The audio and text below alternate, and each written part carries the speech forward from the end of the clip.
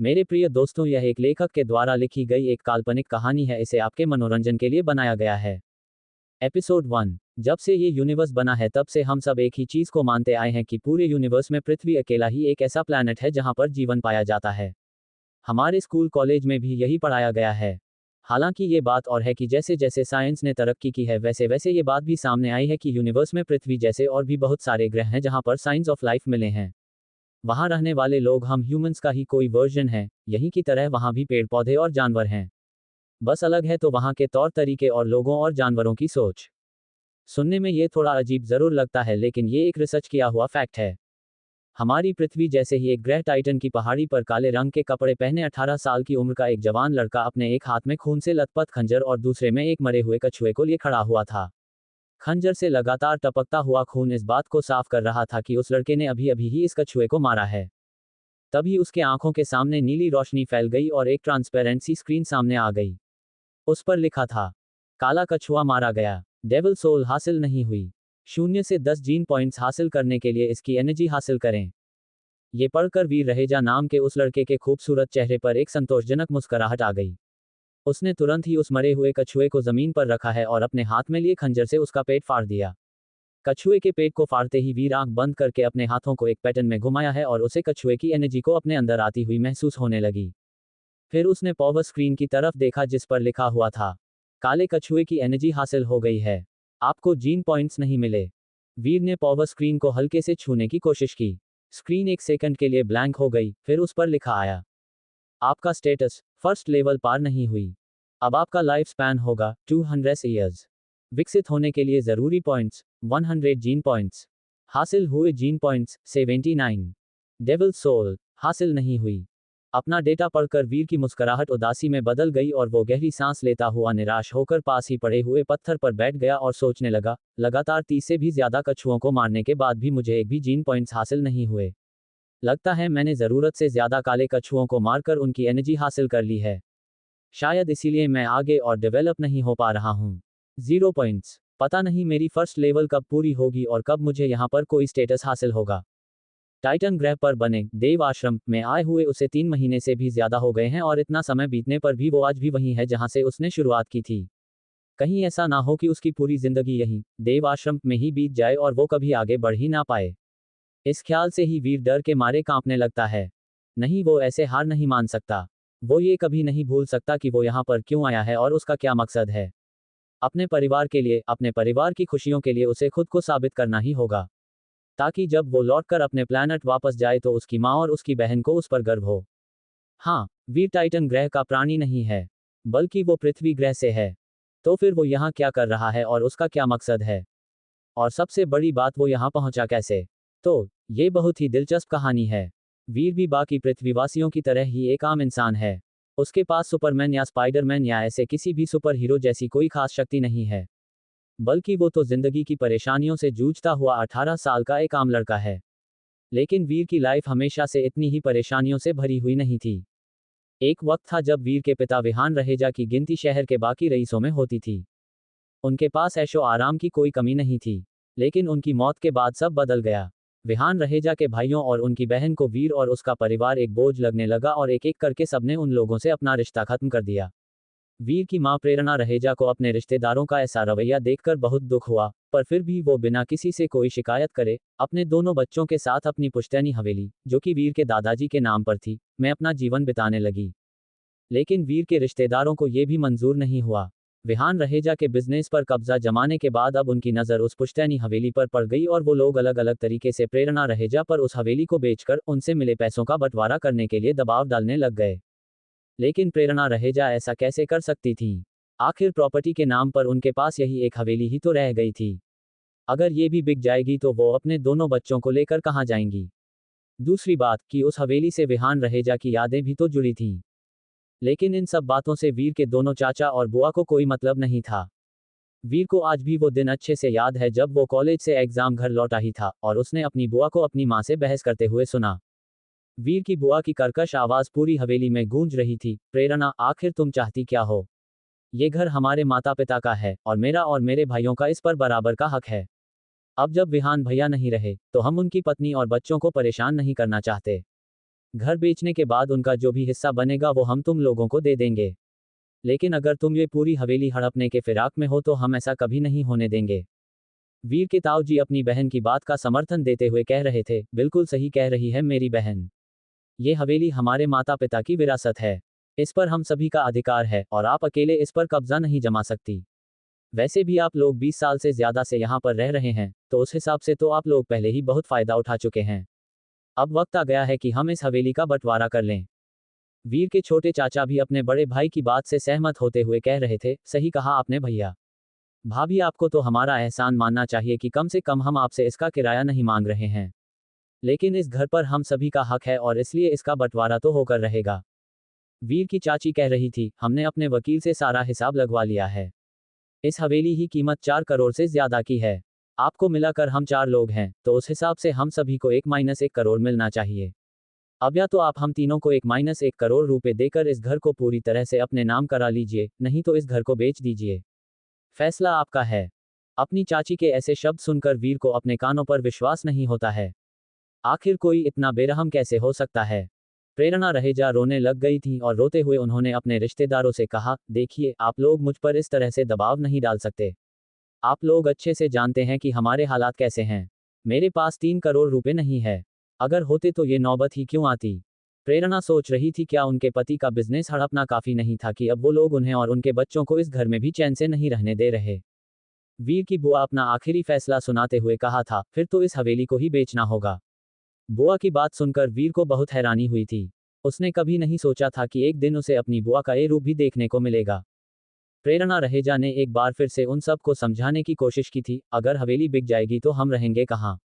वीर का ग्रेजुएशन बस पूरा होने ही वाला है और अनुजा तो अभी स्कूल में ही है। देव की बड़ी चाची रूखी आवाज में प्रेरणा रहेजा से कहा था, देखिए भाभी जी, अब आप बेकार की बात कर रही हैं। मुसीबतें सिर्फ आपके साथ ही नहीं है। वीर ने तो सरकारी स्कूल से अपनी पढ़ाई पूरी की है और अनुजा को भी किसी कॉलेज में एडमिशन करवा देना। पर मेरा बेटा दक्ष, वो तो प्राइवेट मेडिकल कॉलेज में है। आप जानती भी हैं कि हर साल उसकी पढ़ाई में कितना खर्चा होता है। वीर की छोटी चाची ने सबकी बात में हाँ मिलाते हुए कहा, छोटी भाभी बिल्कुल ठीक कह रही हैं। मुश्किलें हम सभी के पास है और हम सभी को पैसों की जरूरत है। तो फिर हम लोग इस हवेली को ही क्यों नहीं बेच देते। इससे हम सभी को फायदा होगा और आप भी अनुजा को किसी अच्छे कॉलेज में एडमिशन करवा पाएंगी। वीर की बुआ ने अपना आखिरी फैसला सुनते हुए कहा, खैर हम ज्यादा बहस नहीं करना चाहते। या तो आप हमें पैसे दे दीजिए या फिर इस हवेली को बिकने दीजिए। फैसला आपका है। उनमें से किसी को भी इस बात की परवाह नहीं थी कि घर बिक जाने के बाद उनके बड़े भाई के परिवार का क्या होगा। उन सब की बातें सुनकर बाहर खड़े वीर का खून खौल रहा था। जब उसे ऐसा लगा कि अब वो उन लोगों की बेतुकी बातें और नहीं सुन सकता, तब वो बिना कुछ सोचे समझे दरवाजा खोलकर कमरे के अंदर चला गया। अपनी माँ की आंखों में आंसू और अपनी छोटी बहन को डरा हुआ देखकर उसके गुस्से का पारा चढ़ गया। और जो लोग इन सब की वजह थे वो लोग अपने चेहरे पर बेरहम मुस्कुराहट के साथ खड़े हुए थे। गुस्से से भरा वीर चीख पड़ा, आप लोगों की हिम्मत कैसे हुई यहाँ आकर इस हवेली को बेचने की बात करने की। वीर का गुस्सा इस समय 7वें आसमान पर था और इस समय इस बात की परवाह नहीं थी कि सामने खड़े हुए वो लोग उससे उम्र में बड़े हैं। जब उन लोगों ने ही रिश्तों का लिहाज नहीं रखा तो फिर वो क्यों उन लोगों की इज्जत करें। एपिसोड 2, क्यों बुआ, भूल गई आपकी जिस कंपनी में आप अकाउंटेंट थी वहां कैसे आपने करोड़ों रुपयों की हेर फेर की थी। याद है आपको वो समय जब आप मेरे डैड के सामने गिड़गिड़ाई थी और उन्होंने आपकी मदद करी थी। वीर की बातें सुनकर उसकी बुआ के चेहरे का रंग उड़ गया। उसने ये कभी नहीं सोचा था कि वीर ये सारी बातें जानता होगा। पर कैसे। वीर रुका नहीं और बोलता गया, और बड़े चाचा जी आप भूल गए आपकी किस तरह से आपने कंपनी के पैसे शेयर मार्केट में लगा दिए थे, जिसके बाद कंपनी को करोड़ों का नुकसान हुआ था। याद है ना आपको कि किस तरह से इसी हवेली में आकर आपने मेरे डैड के पैरों पर गिरकर मदद की भीख मांगी थी। वीर का गुस्से से लाल चेहरा देखकर उसके बड़े चाचा की बोलती बंद हो गई और वो चुपचाप बिना कुछ बोले वहां खड़े रह गए थे। अब वीर गुस्से में अपने छोटे चाचा की ओर मुड़ा जो हैरानी से खड़े होकर वीर की बात सुन रहे थे। वीर ने कहा, और आप छोटे चाचा जी, आपने तो ना जाने कितने ही करोड़ रुपए जुए में गंवाए हैं। अरे आपके कर्जदारों ने तो आपको आत्महत्या के बारे में सोचने तक को मजबूर कर दिया था। उस वक्त आपकी मदद किसने की थी।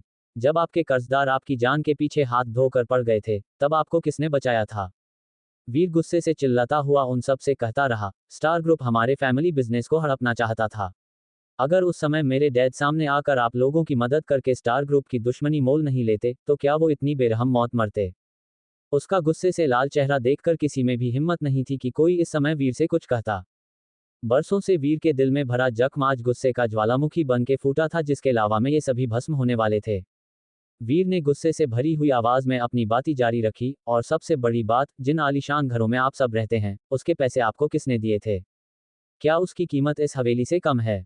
जिन माता पिता की जायदाद पर आज आप लोग अपना हक जमा रहे हैं, तो जब वो लोग जिंदा थे, तब क्या आप में से किसी ने भी एक दिन के लिए भी उनकी सेवा की थी?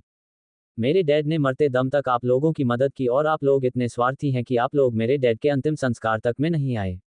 यहाँ तक कि आपने तो उनके मरते ही हमारी कंपनी को स्टार ग्रुप को बेच दिया। क्या उन पैसों में से आपने हमें हमारा हिस्सा दिया?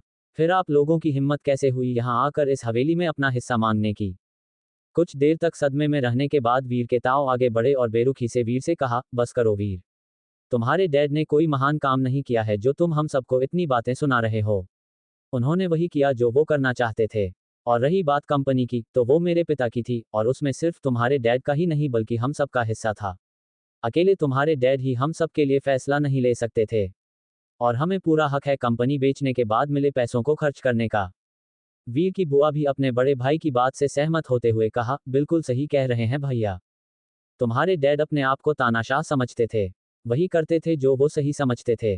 और वैसे भी हम तो बस हमारा ही पैसा मांग रहे हैं ना। इसलिए तुम चाहे जो भी कह लो, उससे कोई फर्क नहीं पड़ता। या तो तुम हमें हमारे हिस्से के पैसे दे दो, नहीं तो ये हवेली बिकने दो। और अगर तुम लोग इन दोनों में से कुछ भी नहीं करना कहते हो, तो हम तुम लोगों को कोर्ट तक घसीट कर ले जाएंगे। और ये याद रखना कि एक बार अगर ये केस कोर्ट में चला गया तो तुम्हारी हार तय है। फिर क्या था, एक एक करके वहां मौजूद सभी रिश्तेदारों ने विहान रहेजा को गलत और खुद को सही बताने में जमीन आसमान एक कर दिया। सभी की नज़रों में विहान रहेजा गलत थे, और वो लोग उन पर इल्ज़ाम लगाने का कोई भी मौका नहीं छोड़ रहे थे। उन सभी की बातें सुनकर वीर का खून खौल रहा था, और उसे अपने पिता के लिए बहुत बुरा लग रहा था। उसे विश्वास नहीं हो रहा था कि इतना सब सुनने के बाद भी ये लोग इतनी बेशर्मी से उसके पिता को ही गलत ठहरा रहे हैं। उसके पिता ने इन लोगों के लिए कितना कुछ किया, पर ये लोग उनका एहसान मानना तो दूर, उल्टा उन्हें ही गलत बता रहे हैं। वीर को अच्छे से याद है कि जब उसके पिता ने कंपनी की बागडोर संभाली थी, तब वो बस एक छोटा सा बिजनेस था, जिसकी मार्केट में कोई पहचान नहीं थी। विहान रहेजा ने अपना खून पसीना एक करके इस कंपनी को उसकी ऊंचाइयों तक पहुंचाया था, और साथ ही साथ अपने परिवार वालों का भी ध्यान रखा था। यहाँ तक कि समय समय पर उनकी गलतियों को माफ करके उनकी मदद भी की थी।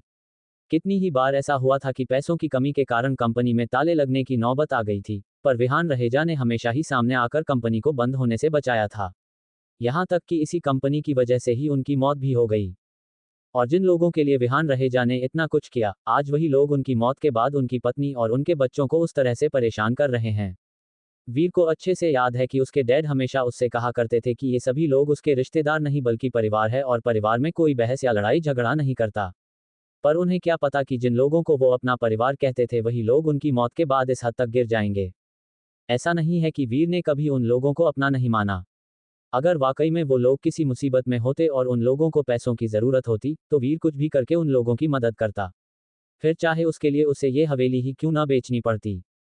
लेकिन घर के बाहर खड़ी महंगी गाड़ियों और उनकी लाइफस्टाइल को देखकर वीर ये बात दावे से कह सकता है कि उन लोगों को कहीं से भी पैसों की कमी नहीं है।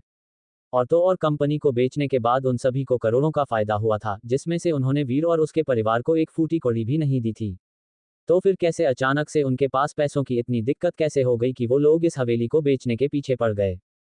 बात साफ है, विहान रहेजा की कंपनी की तरह वो लोग इस हवेली पर भी कब्जा करना चाहते हैं, और वीर ने तय कर लिया कि वो किसी भी कीमत में ऐसा होने नहीं देगा। कुछ देर तक बहसबाजी करने के बाद वीर के रिश्तेदारों ने उसके सामने बस दो ही रास्ते छोड़े, या तो वो उन सभी को 1 करोड़ रुपए दे दे, या फिर 6 महीने के अंदर इस हवेली को बेच दे। नहीं तो वो लोग उसे कोर्ट तक घसीट कर ले जाएंगे। उन सभी के जाते ही प्रेरणा रोती हुई सोफे पर बैठ गई थी और बोली, मैं कितनी लाचार हो गई हूँ। जब उन लोगों ने कंपनी हड़पी, मैं तब भी कुछ नहीं कर पाए, और आज भी मैं अपने घर को बिकने से नहीं बचा पा रही हूँ। वीर की बहन अनुजा अभी भी डर के मारे अपनी माँ से चिपकी हुई थी। अपनी माँ को ऐसे टूटता हुआ देखकर वीर की आंखों में भी आंसू आ गए। उसे याद है जब उसके डैड जिंदा थे, तब कैसे वो उसकी माँ को रानियों की तरह रखते थे। उसकी माँ ने कभी खुद उठकर अपने आप एक गिलास पानी भी नहीं लिया, तो घर के बाकी और काम करना तो दूर की बात है। लेकिन विहान रहेजा के गुजर जाने के बाद उन्होंने न सिर्फ इस घर को संभाला, बल्कि खुद बाहर जाकर छोटी मोटी जो भी नौकरी मिली उसे कर ली। वीर जानता है कि उसकी माँ के लिए ये सब कुछ कितना मुश्किल रहा होगा, लेकिन फिर भी उसने कभी अपनी माँ के चेहरे पर एक शिकन नहीं देखी। लेकिन आज उन्हें इस तरह से टूटा हुआ देखकर वीर को बहुत दुख हो रहा था। अगर उसके रहते उसकी माँ को इतनी मुसीबतों का सामना करने पड़े तो फिर उसके होने का फायदा ही क्या है। वीर अपनी माँ के पास जाकर बैठ गया और बोला, माँ आप बिल्कुल भी परेशान मत हो। भले ही आज डैड हमारे साथ नहीं है, लेकिन मैं अभी भी जिंदा हूँ। मैं आपसे वादा करता हूँ कि चाहे मुझे कुछ भी करना पड़े लेकिन मैं उन लोगों को किसी भी कीमत में इस घर को हड़पने नहीं दूंगा। मैं अभी विक्रम अंकल से इस बारे में बात करता हूँ। आप तब तक अंदर जाकर आराम करिए। इतना कहते ही वीर तुरंत ही अपने डैड के दोस्त एडवोकेट विक्रम को फोन लगाने लगा। शून्य एडवोकेट विक्रम न सिर्फ विहान रहेजा के अच्छे दोस्त थे बल्कि उनकी कंपनी के लीगल एडवाइजर भी थे। इसलिए इस समय वीर को उनसे ज्यादा भरोसेमंद और कोई नहीं लगा। फोन पर विक्रम से वीर से सबका हाल चाल पूछा और तब वीर ने उन्हें सारी बात बताई, लेकिन दूसरी तरफ से विक्रम की बात सुनने के बाद वीर के चेहरे पर चिंता नजर आने लगी। विक्रम ने वीर को बताया कि उसके रिश्तेदार सही कह रहे हैं। कानूनन उन सभी इस हवेली पर पूरा हक है, और अगर ये केस कोर्ट में जाता है तो कोर्ट भी उनके सामने वही दो रास्ते छोड़ेगा जो उसके रिश्तेदारों ने उसके सामने छोड़े हैं। वीर को चिंता में देखकर प्रेरणा रहेजा ने उससे पूछा, वीर क्या कहा एडवोकेट विक्रम ने। वीर ने मुस्कुराते हुए अपनी मां को आश्वासन दिया, कुछ नहीं मां, आप परेशान मत होइए। विक्रम अंकल ने बोला है कि इस मुसीबत का हल है। आप बस अनुजा का ध्यान रखिए और बाकी सब मुझ पर छोड़ दीजिए। मैं सब संभाल लूंगा। उसकी बात सुनकर प्रेरणा रहेजा राहत की सांस ली। वो ये तो नहीं जानती कि वीर क्या करने वाला है, लेकिन इतना जरूर समझ गई थी कि वीर कोई ना कोई रास्ता जरूर निकाल लेगा। एपिसोड 3। अचानक से झाड़ियों में हुई हलचल से वीर अपने पास से बाहर निकल आया और वो तुरंत ही सतर्क हो गया। टाइटन के जिस इलाके में वो इस वक्त था वहां के जानवर भले ही कम खतरनाक थे फिर भी उनके साथ लापरवाही नहीं बरती जा सकती थी। यही सोचकर वीर चुपचाप एक पेड़ के पीछे छुप गया और एकटक उस जगह देखने लगा जहां से उसे हलचल महसूस हुई थी। कुछ ही मिनटों बाद उसे वहां बने तालाब में से एक कछुआ बाहर जमीन की तरफ आता हुआ नजर आया और उस कछुए को देखकर वीर चौंक गया। इसलिए नहीं क्योंकि उसने पहली बार वहां कोई कछुआ देखा था, बल्कि इसलिए क्योंकि ये कछुआ उसने अभी तक जितने भी कछुए मारे थे उन सभी से अलग था। उसने आज तक जितने भी कछुए मारे थे सबका कवच काले रंग का था, वहीं दूसरी तरफ तालाब से बाहर आता हुआ ये कछुआ सुनहरे रंग का था। उस कछुए को देखकर ऐसा लग रहा था जैसे कि वो सोने का बना हुआ हो और उसकी आंखें ऐसे चमक रही थी जैसे कि कोई कीमती पत्थर। जब तक कोई ध्यान से ना देखे तब तक किसी को भी वो कछुआ असली नहीं लगेगा। इतने महीने टाइटन पर रहने के बावजूद ये पहली बार था जब वीर ने इस तरह का कोई जानवर देखा था और इसीलिए वो बहुत हैरान था। उसे समझ नहीं आ रहा था कि आखिर ये सुनहरा कछुआ बाकी कछुओं से इतना अलग कैसे है। हाल ही में वीर ने काफी सारे कछुए मारे थे, इसलिए उसे इन कछुओं के बारे में सारी जानकारी थी। इसीलिए वो ये बात बहुत अच्छे से जानता था कि इन कछुओं के देखने की शक्ति तो कमजोर होती है लेकिन इनके सुनने की शक्ति काफी तेज होती है। तो जब तक वो बिना कोई आवाज किए पेड़ के पीछे चुपचाप खड़ा रहेगा तब तक इस सुनहरे कछुए को वीर के वहां मौजूद होने का एहसास नहीं होगा। यही ख्याल दिमाग में रखकर वीर शांति से पेड़ के पीछे खड़े रहकर उस कछुए पर वार करने के लिए सही मौके का इंतजार करने लगा। तभी अचानक से वो कछुआ उसी तरफ बढ़ने लगा जहां पर वीर खड़ा हुआ था, जिसे देखकर वीर काफी हैरान हो गया, फिर भी वो अपनी जगह से नहीं हिला। देखते ही देखते वो कछुआ वीर के बगल में आ गया। वीर समझ गया कि उस कछुए को अभी तक वीर की मौजूदगी का एहसास नहीं हुआ है। इसी बात का फायदा उठाते हुए वीर ने तुरंत ही उस कछुए को उसके कवच से पकड़ लिया और अपने खंजर से सीधा उसके शरीर के कमजोर अंगों पर निशाना साधने लगा। कुल 6 बार में उस सुनहरे कछुए के सभी 6 पंजों को उसने काट डाला। अपने ऊपर अचानक हुए इस अटैक का उस सुनहरे कछुए के पास कोई डिफेंस नहीं बचा था और वो तुरंत ही तड़पता हुआ जमीन पर पलटकर गिर गया। मौके का फायदा उठाते हुए वीर ने अपने खंजर से उसका पेट चीर के रख दिया और वीर के ऐसा करता ही उस सुनहरे कछुए ने अचानक से ही तड़पना बंद कर दिया। सेक्रेड ब्लड कछुआ मारा गया। आपने सेक्रेड ब्लड कछुए की डेविल सोल हासिल हो गई है। 0 से 10 जीन पॉइंट्स हासिल करने के लिए इसकी एनर्जी हासिल करें। अपने दिमाग में अचानक से ये आवाज सुनकर वीर हैरान रह गया। क्या सचमुच उसने सेक्रेड ब्लड जानवर को मार गिराया है? उसे याद है कि डॉक्टर खुराना ने उसे बताया था कि टाइटन ग्रह पर एलियंस 4 कैटेगरीज में बंटे हुए हैं और सेक्रेड ब्लड एलियंस सबसे ऊंची कैटेगरी में आते हैं। तो इसका मतलब है कि उसने एक सबसे ऊंची कैटेगरी के जानवर को मार गिराया है। एक पल के लिए वीर को लगा जैसे कि वो कोई सपना देख रहा है और अपने आप को विश्वास दिलाने के लिए वो कस के खुद को चुटकी काटी। अपने हाथ पर हुए तेज दर्द के एहसास से वीर को विश्वास हो गया कि वो कोई सपना नहीं देख रहा है। वाकई में उसने इस कैटेगरी के जानवर को मारा है। इस बात का एहसास होते ही वीर की खुशी का ठिकाना नहीं रहा और वो खुशी खुशी उस सुनहरे कछुए की एनर्जी हासिल करने में लग गया। सेक्रेड ब्लड कछुए की एनर्जी हासिल करने के बाद वीर अपने सामने आई पावर स्क्रीन की तरफ देखने लगा, जिस पर लिखा था, आपको सुनहरे कछुए की एनर्जी हासिल हो गई है। आपने 7 सेक्रेड जीन पॉइंट्स हासिल कर लिए हैं। ये पढ़कर वीर को ऐसा लगा जैसे कि उसने पूरी दुनिया जीत ली हो। टाइटन ग्रह में आने के बाद ये उसकी पहली सफलता थी। कहाँ अभी कुछ देर पहले तक तो उसे एक भी जीन पॉइंट नहीं मिला था और अब उसे 7 पॉइंट्स मिले हैं और वो भी सीक्रेट जीन पॉइंट्स। इसके अलावा उसे यह बात भी अच्छे से पता है कि सीक्रेट ब्लड एलियंस की सोल बिना किसी शक सबसे अच्छी डेविल सोल होती है और अगर वो इसे बेचने जाएगा तो उसे इसकी अच्छी खासी रकम मिलेगी। इसलिए उसका खुश होना लाजमी था। सुनहरे कछुए की एनर्जी हासिल करने के बाद वीर ने उस कछुए का कवच उसके शरीर से अलग करने के उसके शरीर को चीरा ही था कि तभी एक टन की आवाज के साथ उसका खंजर किसी ठोस मेटल से जा टकराया और वीर वहीं का वहीं रुक गया। जितनी उसे इन कछुए के बारे में समझ है उसके हिसाब से ये कछुए और केकड़े एक जैसे ही होते हैं, ऊपर से सख्त और अंदर से नर्म। उनके मांस में कोई हड्डी नहीं होती है। फिर उनके शरीर में ये मेटल कहाँ से आया? ये सोचकर वीर ने उस सुनहरे कछुए के पेट को और चौड़ा चीरा और मांस के अंदर उसे एक काले रंग के मेटल का टुकड़ा नजर आने लगा। वीर ने तुरंत ही उस मेटल के आसपास घिरे मांस को अच्छे से साफ किया और कुछ ही सेकंड्स में वो काला मेटल उसे साफ साफ नजर आने लगा। पहली झलक में देखने पर वीर को वो कोई आम मेटल लगा, लेकिन जब उसने उस पत्थर को बाहर निकाला तब उसे एहसास हुआ कि वो कोई मेटल नहीं बल्कि काले रंग का क्रिस्टल पत्थर है जिसका आकार किसी कबूतर के अंडे के बराबर था। वीर उस क्रिस्टल पत्थर को हाथ में ले लिया, लेकिन बहुत गौर से देखने पर भी वीर को उस पत्थर में कुछ भी अजीब महसूस नहीं हुआ। दूर से देखने में वो क्रिस्टल पत्थर किसी चमकते हुए पत्थर के टुकड़े की तरह खूबसूरत लग रहा था, लेकिन उसे करीब से देखने पर ऐसा लग रहा था जैसे कि उस पर करोड़ों सितारों की चमक पड़ रही हो जो उसकी खूबसूरती में चार चांद लगा रहे थे। ये टाइटन ग्रह का सबसे कम खतरे वाला इलाका है। यहाँ तो प्राइमरी एलियंस भी बहुत मुश्किल से नजर आते हैं, तो सेक्रेट ब्लड एलियंस की तो बात ही छोड़ दो। तो फिर ये सेक्रेट ब्लड सुनहरा कछुआ यहाँ अचानक से कैसे आ गया? और इससे पहले तो मैंने कभी भी सेक्रेट ब्लड कछुओं के बारे में नहीं सुना। वैसे भी ये काले कछुए बहुत कमजोर होते हैं और ये सेक्रेट ब्लड सुनहरा कछुआ तो बहुत ही ज्यादा कमजोर था। ये कहीं से भी सबसे ऊंची कैटेगरी का एलियन नहीं लग रहा था। तो क्या इस क्रिस्टल की वजह से ये कछुआ इतना सुनहरा लग रहा था? वीर गहरी सोच में पड़ गया, पर काफी देर तक सोचने के बाद भी उसे कुछ समझ नहीं आ रहा था। इसलिए बिना ज्यादा सोच विचार किए वीर उस काले क्रिस्टल को अपनी जेब में रख लिया और एक बार फिर से उस सुनहरे कछुए के कवच को उसके शरीर से अलग करना शुरू कर दिया। सेक्रेट ब्लड कछुए का कवच भी बहुत कीमती होता है। अगर उसे बेचा जाए तो उसकी अच्छी खासी रकम मिल सकती है। इसलिए वीर सावधानी से सुनहरे कछुए के कवच को उसके शरीर से अलग कर अपने बैग में रख लिया। आज वाकई में उसका दिन काफी अच्छा था। आज ना सिर्फ उसे सेक्रेट ब्लड एलियन को मारकर उसकी राक्षसी आत्मा हासिल हुई है, बल्कि उसे 7 सेक्रेट जीन पॉइंट्स भी मिले हैं। और तो और उसे ये यूनिक काला क्रिस्टल भी हासिल हुआ है और वीर को ऐसा इंट्यूशन हो रहा था कि ये काला क्रिस्टल कोई आम पत्थर नहीं बल्कि बहुत ही खास है। इतनी बड़ी सफलता हासिल होना वीर को किसी सपने जैसा लग रहा था। जैसा उसका एक्सपीरियंस था उस हिसाब से तो एक प्राइमरी एलियन को ही मारना उसके लिए मुश्किल था। फिर यहाँ तो उसने एक सेक्रेट ब्लड एलियन को मारा था, इसलिए उसके लिए ये वाकई में बहुत बड़ी सफलता थी। वीर को भले ही टाइटन ग्रह पर आने से पहले मार्शल आर्ट्स की एडवांस ट्रेनिंग मिली थी, पर वो इस ग्रह पर मौजूद खतरनाक एलियन से मुकाबला करने के लिए काफी नहीं थी। साथ ही साथ उसके पास कोई डेविल सोल भी नहीं थी जिससे वो अपना रूप बदल सके या उस डेविल सोल को अपना हथियार और कवच बना सके। टाइटन ग्रह के बाजार में ये डेविल सोल इतनी महंगी थी कि वीर उसे खरीद भी नहीं सकता था। बिना इन सब साधनों के वीर ने अब तक सिर्फ कमजोर एलियंस को ही मारकर जीन पॉइंट्स हासिल किए थे।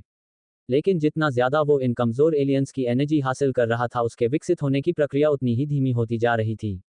और यही वजह थी कि टाइटन ग्रह पर 3 महीने से ज्यादा बिताने के बाद भी उसने अभी तक उसने फर्स्ट लेवल भी नहीं पार किया था। ऐसा नहीं है कि उसने किसी ताकतवर एलियन को मारने की कोशिश नहीं की थी, लेकिन सबसे कमजोर प्राइमरी एलियन भी उसकी जान के लिए खतरा बन गया था, जिसकी वजह से उसे करीब 1 महीने तक देव आश्रम में आराम करना पड़ा था। वीर जानता था कि अगर वो किसी ताकतवर एलियन का शिकार नहीं करेगा तो वो कभी आगे नहीं बढ़ पाएगा। और यही वजह थी कि आज वो किसी ताकतवर एलियन की तलाश में निकला था। लेकिन उसे क्या पता था कि उसकी किस्मत इतनी अच्छी होगी कि उसे एक ही दिन में इतना कुछ मिल जाएगा। एपिसोड 4 कवच और काले क्रिस्टल को सावधानी से अपने पास रखकर वीर खुशी खुशी देव आश्रम में बने अपने कमरे में लौट आया। अपने कमरे में आने के बाद वीर ने चूल्हा जलाकर एक बर्तन में पानी गर्म करने के लिए रख दिया और फिर उसमें रास्ते से तोड़े हुए कुछ फल और सब्जियां डालकर उनका सूप बनाने लगा। डॉक्टर खुराना ने उसे बताया था कि जीन पॉइंट्स हासिल करने का एक तरीका टाइटन ग्रह के फल और सब्जियों का सूप पीकर भी है, लेकिन ये किसी को भी नहीं पता कि कौन से फल और सब्जियों का सूप पीकर उसे जीन पॉइंट्स मिलेंगे। इसीलिए वीर किसी भी तरह के फल और सब्जियां ले आता था। अगर उसकी किस्मत अच्छी हुई तो उसे जीन पॉइंट्स मिल जाते थे, नहीं तो कम से कम उसका पेट तो भर ही जाता है। टाइटन ग्रह के फल और सब्जियों का सूप बनने में तकरीबन 1 से 2 घंटे लगते हैं, इसलिए बर्तन को ढककर वीर कुछ देर के लिए आंखें बंद करके आराम करने लग गया। पर नींद उसकी आंखों से कोसों दूर थी। आज का दिन भले ही बहुत ज्यादा थकान भरा था, लेकिन आज उसे उम्मीद की एक किरण नजर आई है। अब उसे विश्वास था कि वो जिस मकसद के लिए यहाँ आया था वो जरूर पूरा हो जाएगा। हालांकि ये इतना आसान नहीं था। वीर ने तो कभी सोचा भी नहीं था कि वो ऐसे किसी ग्रह पर भी आएगा। पर उस दिन जब उसके रिश्तेदार उसके घर पर तमाशा करके गए थे, तब से वीर कोई ऐसा रास्ता ढूंढ रहा था जिससे वो अपना घर भी बिकने से बचा ले और अपने लालची रिश्तेदारों का मुंह भी बंद कर दे। पर लाख कोशिशों के बाद भी उसे ऐसा कोई रास्ता नजर नहीं आ रहा था। फिर ऐसे में किसी फरिश्ते की तरह डॉक्टर खुराना उसकी जिंदगी में आए और फिर सब कुछ बदल गया। डॉक्टर खुराना का ख्याल आते ही वीर एक बार फिर से अतीत की यादों में खो गया। वीर ने अपनी माँ से कह तो दिया था कि वो सब संभाल लेगा, लेकिन उसके अब उसे खुद समझ नहीं आ रहा था कि वो क्या करे। उसके रिश्तेदारों ने उसे बस 6 महीने का समय दिया है और वीर ये बात अच्छे से जानता था कि 6 महीनों में भी इतनी बड़ी रकम को इकट्ठा करना नामुमकिन है। पर फिर भी वो हार नहीं मानना चाहता था और इसीलिए वो अपने पिता के दूसरे दोस्त डॉक्टर खुराना से मिलने गया, जो कि बहुत बड़े साइंटिस्ट थे। डॉक्टर खुराना गहरी सांस लेते हुए कहा, देखो वीर, मैं समझता हूं कि इस समय तुम किस मुश्किल से गुजर रहे हो। तुम्हारे पिता मेरे बहुत अच्छे दोस्त थे और उन्होंने हमेशा ही मुसीबत के समय में मेरी मदद की है। इसलिए मेरा भी फर्ज बनता है कि मैं इस मुश्किल समय में तुम्हारी मदद करूं। लेकिन मेरी समझ में नहीं आ रहा कि मैं तुम्हारी मदद कैसे करूं। 3 करोड़ रुपए कोई छोटी रकम नहीं है और उस हिसाब से 6 महीने का समय बहुत कम है। 6 महीने तो क्या, 1 साल में भी इतनी बड़ी रकम कमाना आसान नहीं है। अगर मेरे पास इतने रुपए होते तो मैं तुरंत ही तुम्हें दे देता। वीर उनके लिए उनके बेटे की तरह था और वो हर हाल में वीर की मदद करना चाहते थे, लेकिन बस ये नहीं समझ पा रहे थे कि वो किस तरह से उसकी मदद करें। वीर ने कहा, अंकल, मैं जानता हूं कि अगर आपके पास इतने रुपए होते तो आप जरूर मेरी मदद करते। पर अंकल, मैं ऐसे हाथ पर हाथ धरे भी तो बैठा रह सकता। मुझे कुछ तो करना ही होगा। इसीलिए मैं आपके पास आया हूं ताकि आप मुझे रास्ता दिखा सके। अंकल, मैं हर तरह का खतरा मोल लेने को तैयार हूं, बस मुझे अपने परिवार को खुश देखना है। और वो तभी हो सकता है जब मैं उन लालची लोगों के मुंह पर 3 करोड़ दे मारूंगा। प्लीज अंकल, कोई तो रास्ता होगा। वीर की बात सुनकर डॉक्टर खुराना थोड़ी देर तक सोच में पड़ गए। तभी अचानक से उन्हें कुछ याद आया और वो एकटक वीर को देखने लगे। वीर को समझ नहीं आया कि डॉक्टर खुराना इस तरह से उसे क्यों देख रहे हैं और उसने खुराना अंकल से इस बारे में पूछा। वीर, अब मैं तुमसे जो कहने जा रहा हूं वो शायद तुम्हें सुनने में थोड़ा अजीब लगे, पर फिलहाल इस समय मुझे तुम्हारे लिए यही एक रास्ता दिख रहा है। डॉक्टर खुराना ने हिचकिचाते हुए वीर से कहा तो वीर ने उन्हें बेझिझक आगे बोलने के लिए कहा। वीर, ये तो सभी जानते हैं कि पूरे यूनिवर्स में पृथ्वी ही ऐसा प्लैनेट है जहां पर जीवन पाया जाता है। हालांकि पिछले कुछ सालों में साइंटिस्ट्स को पृथ्वी जैसे ही कुछ ऐसे प्लैनेट्स का पता चला है जहां पर साइंस ऑफ लाइफ पाए गए हैं। हमारे जैसे ही लोग, हमारे जैसे ही जानवर और हमारे जैसे ही पेड़ पौधे, लेकिन दिखने में हमसे काफी अलग। आम भाषा में ऐसे लोगों को हम एलियंस यानी कि दूसरी दुनिया के लोग कहते हैं। डॉक्टर खुराना वीर को समझाते हुए कहते हैं और वीर उनकी बात को समझने की कोशिश करता है। एलियंस, जैसे पीके मूवी में आमिर खान था। पर अंकल, ऐसे लोग तो बस फिल्मों और किस्से कहानियों में ही होते हैं ना। मेरा मतलब है कि असल जिंदगी में मैंने तो आज तक कोई भी एलियन नहीं देखा। हाँ, बचपन में मेरा सपना था कि मेन इन ब्लैक मूवी की तरह मेरा भी किसी एलियन से आमना सामना हो, पर फिर मैं बड़ा हो गया और इस सपने को मजाक में लेने लग गया क्योंकि मैं समझ गया था कि ये सब सिर्फ किस्से कहानियों में होता है। और सबसे बड़ी बात अंकल, इन सब का मेरी मुश्किल से क्या लेना देना। डॉक्टर खुराना की बात सुनकर वीर काफी कंफ्यूज्ड था। डॉक्टर खुराना ने तो कहा था कि वो उसे उसकी परेशानी हल करने का रास्ता बताएंगे, फिर वो ये सब क्या बता रहे हैं। यही ख्याल वीर के दिमाग में चल रहा था। डॉक्टर खुराना ने मुस्कुराते हुए वीर से कहा, हमारी फिल्में और कहानियां कहीं ना कहीं हमारी असल जिंदगी से ही जुड़ी होती हैं वीर। और अब तो साइंस ने भी इस बात को मान लिया है कि एलियंस होते हैं। खैर, अब ये बात तुमसे कैसे जुड़ी हुई है मैं उस बारे में तुम्हें बताता हूँ। और वीर ध्यान से उनकी बातें सुनने लगता है। पिछले कुछ सालों से हमारी एजेंसी टाइटन ग्रह में एक सीक्रेट मिशन चला रही है जहां हर साल हम कुछ लोगों को टाइटन ग्रह पर भेजते हैं। दरअसल उस ग्रह पर डेवलपमेंट अभी भी अपनी पहली स्टेज पर है। इसलिए वहां के लोग अभी पूरी तरह से विकसित नहीं हो पाए हैं। वहां कई लोग ऐसे हैं जो कि ना तो पूरी तरह से इंसान हैं और ना ही पूरी तरह से जानवर। मतलब उनका शरीर के कुछ हिस्से तो इंसानों जैसे हैं लेकिन उनकी हरकतें और दिमाग जानवरों जैसे। साथ ही साथ वहां कुछ जानवर ऐसे भी हैं जो विकसित होकर बहुत खतरनाक होते जा रहे हैं। इस तरह के लोग और जानवर उस ग्रह के उन लोगों के लिए खतरा है जो पूरी तरह डेवलप हो चुके हैं और जिनकी इंटेलिजेंस भी हम जैसी ही है। लेकिन उन लोगों के साथ साथ ऐसे जानवर और लोग हमारी पृथ्वी के लिए भी खतरा बन सकते हैं। इसलिए हर साल हम अपने प्लैनेट से कुछ लोग टाइटन ग्रह पर भेजते हैं ताकि वो लोग हमारी पृथ्वी की तरफ बढ़ रहे खतरे को वहीं खत्म कर सके। वीर, मैं चाहता हूं कि इस बार तुम वहां पर जाओ। डॉक्टर खुराना की बात सुनकर वीर चौंक गया, पर अभी भी उसे ये समझ नहीं आ रहा था कि इससे उसकी परेशानी कैसे हल होगी। क्या टाइटन ग्रह पर अंकल, मैं वहां कैसे जा सकता हूँ? मुझे तो इसका कुछ भी एक्सपीरियंस नहीं है। मैं कोई आए दिन दूसरे प्लैनेट के चक्कर थोड़ी ना लगाता रहता हूँ जो आप मुझे टाइटन ग्रह भेजने की सोच रहे हैं। मेरा मतलब है, मैं कोई आयरन मैन थोड़ी ना हूँ जो दूसरे ग्रह पर चला जाऊं। और चलिए, एक मिनट के लिए मैं अगर खुद को आयरन मैन समझ भी लूं, फिर भी इन सब से मेरी परेशानी कैसे हल होगी? टाइटन ग्रह पर ऐसा कौन सा कुबेर का खजाना है जो वहां जाते ही मुझे 3 करोड़ रुपए मिल जाएंगे? डॉक्टर खुराना की बात सुनकर वीर इतना हैरान था कि उसे खुद समझ नहीं आ रहा था कि वो क्या बोल रहा है। लेकिन वीर की हालत के बिल्कुल विपरीत डॉक्टर खुराना बिल्कुल रिलैक्स होकर बैठे हुए थे और वो मुस्कुराते हुए उसकी बातें सुन रहे थे। डॉक्टर खुराना को इस तरह से मुस्कुराता हुआ देखकर वीर को और ज्यादा चिड़चिड़ाहट होने लगी। यहाँ वो इतनी सीरियस परेशानी लेकर डॉक्टर खुराना के पास आया है और डॉक्टर खुराना है कि उसे ऐसे अजीबोगरीब आइडियाज दे रहे हैं। लगता है इतने साल लैब में काम करते करते उनके दिमागी संतुलन बिगड़ गया है, तभी वो ऐसी बहकी बहकी बातें कर रहे हैं। फिलहाल वीर को डॉक्टर खुराना के इस अजीबोगरीब आइडिया के पीछे यही एक वजह नजर आ रही थी। अगर वाकई में डॉक्टर खुराना उससे मजाक नहीं कर रहे हैं तो फिर उनका दिमागी संतुलन ही बिगड़ा हुआ हो सकता है। वीर, पहले तो तुम शांत हो जाओ और पानी पियो। मुझे पता है कि इस समय तुम यही सोच रहे होगे कि मैं पागलों वाली बात कर रहा हूं, लेकिन पहले मेरी पूरी बात सुनो और फिर फैसला करो कि तुम्हें क्या करना है। डॉक्टर खुराना ने वीर को पानी का गिलास पकड़ाते हुए कहा। उनकी बात सुनकर वीर थोड़ा एम्बैरस हो गया। एक पल के लिए तो उसे ऐसा भी लगा कि डॉक्टर खुराना लोगों के ख्याल भी पढ़ लेते हैं। हाँ, तो मैं ये कह रहा था कि मैं चाहता हूं कि इस बार तुम टाइटन ग्रह पर जाओ। क्योंकि ये एक सीक्रेट मिशन है, इसलिए हम तुम्हें किसी स्पेसशिप से नहीं बल्कि टेलीपोर्टेशन तकनीक के जरिए वहां भेजेंगे। अब तुम पूछोगे कि यह क्या होता है? तो यह एक ऐसी तकनीक है जो एक हेलमेट और मशीन के जरिए तुम्हें एक ग्रह से दूसरे ग्रह पर ले जाएगी, और इसके लिए तुम्हें किसी स्पेसशिप की भी जरूरत नहीं पड़ेगी। तकरीबन 100 साल की रिसर्च और मेहनत के बाद हमारे साइंटिस्ट्स ने इस तकनीक की खोज की है। डॉक्टर खुराना वीर को समझाते हुए कहते हैं और वीर ध्यान से उनकी बात को समझने की कोशिश करने लगा। यह नई तकनीक, यह नई खोज, और अपनी प्रॉब्लम सॉल्व करने के लिए एक नई दुनिया में जाने का आइडिया। क्या डॉक्टर खुराना के पास सच में कोई टेक्नोलॉजी है? एपिसोड लेकिन अब धीरे धीरे समय उसके हाथ से निकल रहा है। उसके रिश्तेदारों का दिया हुआ 6 महीना का समय जल्द ही खत्म हो जाएगा और वो अभी तक 3 करोड़ रुपए नहीं कमा पाया है। अगर ऐसा ही चलता रहा तो उसके रिश्तेदार उसके घर पर कब्जा कर लेंगे और फिर उसके यहाँ टाइटन ग्रह पर आने का कोई फायदा नहीं होगा।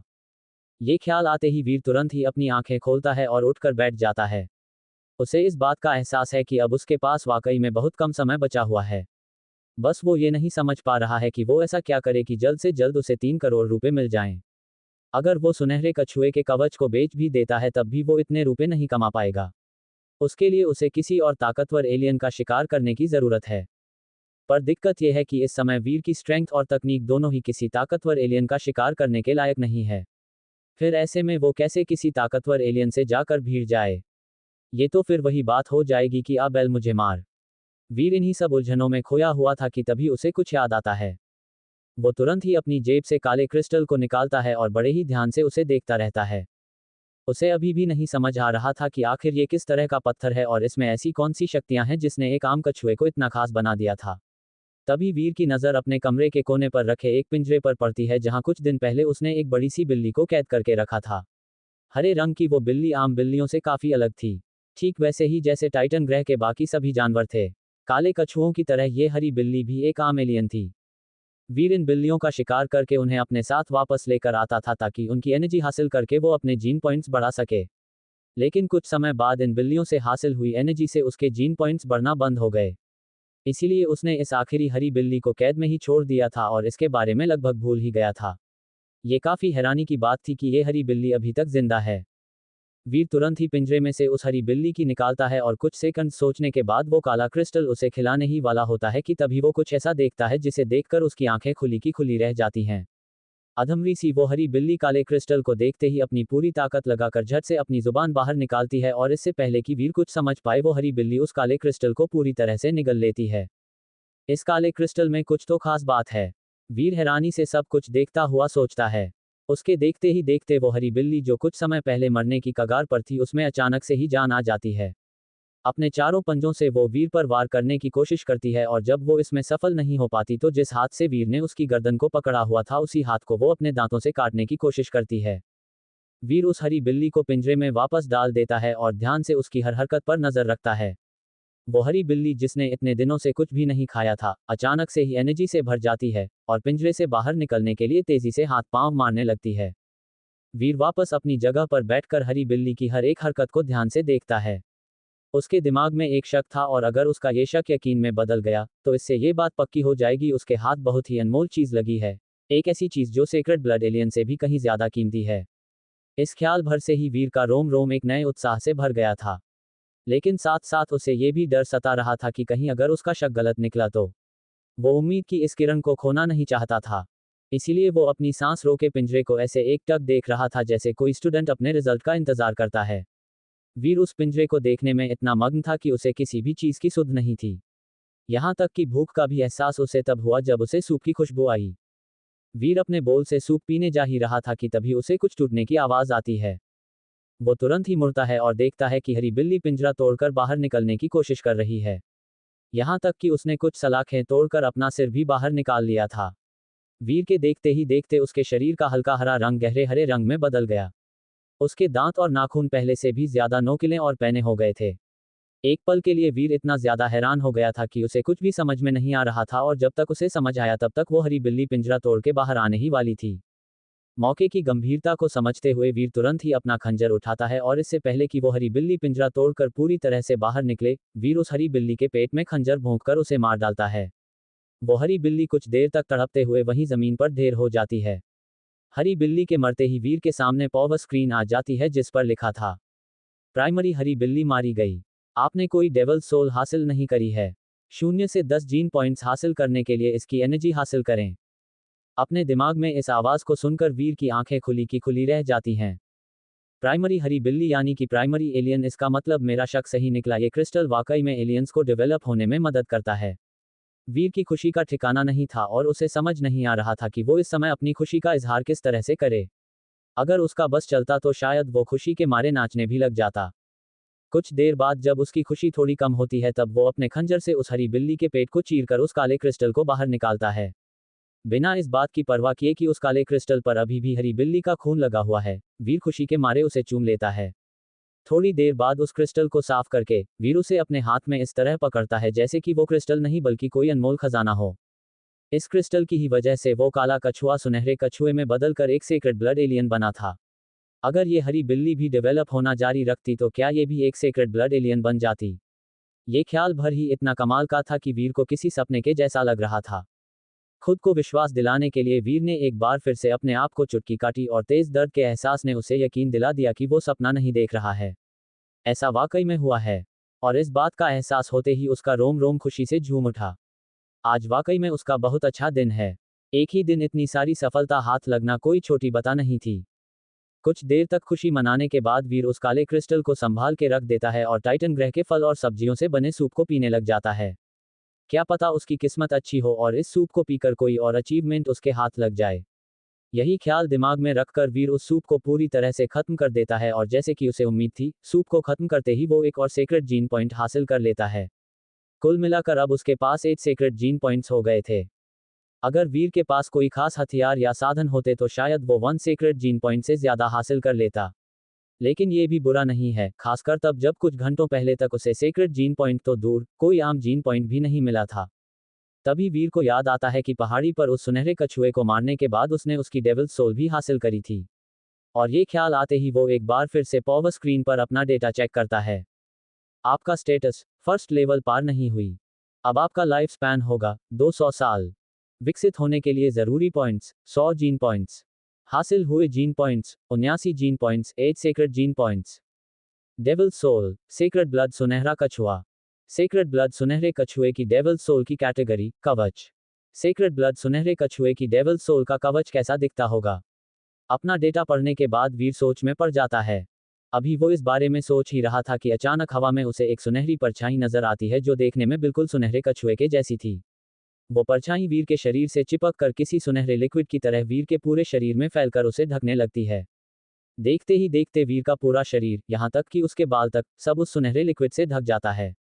ये सुनहरा कवच बहुत ही ज्यादा ताकतवर और असरदार था। साथ ही साथ उस कवच में कई शक्तियां और तेजी भी थी। सुनहरी चमक के साथ वो कवच बहुत ही खूबसूरत लग रहा था। बल्कि पहली झलक में तो वो कवच कम और सोने से बना कपड़ा ज्यादा लग रहा था। बस दोनों में फर्क सिर्फ इतना था कि इस कवच ने उसके शरीर को सिर से लेकर पांव तक ढक दिया था। इस सुनहरे कवच में एक ही कमी थी और वो ये कि जहां जहां उस कवच में जोड़ था वहां वहां उसमें थोड़ी दरारें थी। सिवाय इस एक कमी के उस कवच में और दूसरी कोई कमी नहीं थी। यहाँ तक कि उस कवच को पहनने के बाद वीर को शरीर में किसी भी तरह की हैवीनेस भी नहीं लग रही थी, बल्कि उसका शरीर और भी हल्का और फुर्तीला हो गया था। उस कवच को पहनने के बाद वीर खुद को अपने पसंदीदा सुपर हीरो आयरन मैन के जैसा महसूस कर रहा था और ये एहसास कमाल का था। वाकई में ये कवच कमाल का है। और बाकी प्राइमरी डेविल सोल के कवच के मुकाबले जो यहाँ ज्यादातर लोगों के पास है, ये सुनहरा कवच कहीं ज्यादा खूबसूरत है। वीर खुशी के मारे झूम रहा था। जब से वो यहाँ टाइटन ग्रह पर है तब से ये पहली बार है जब वो इतना ज्यादा खुश था। जब वो देव आश्रम में बाकी सभी लोगों को उनके प्राइमरी डेविल सोल से बने कवच में देखता था तो कहीं ना कहीं उसे बहुत जलन होती थी।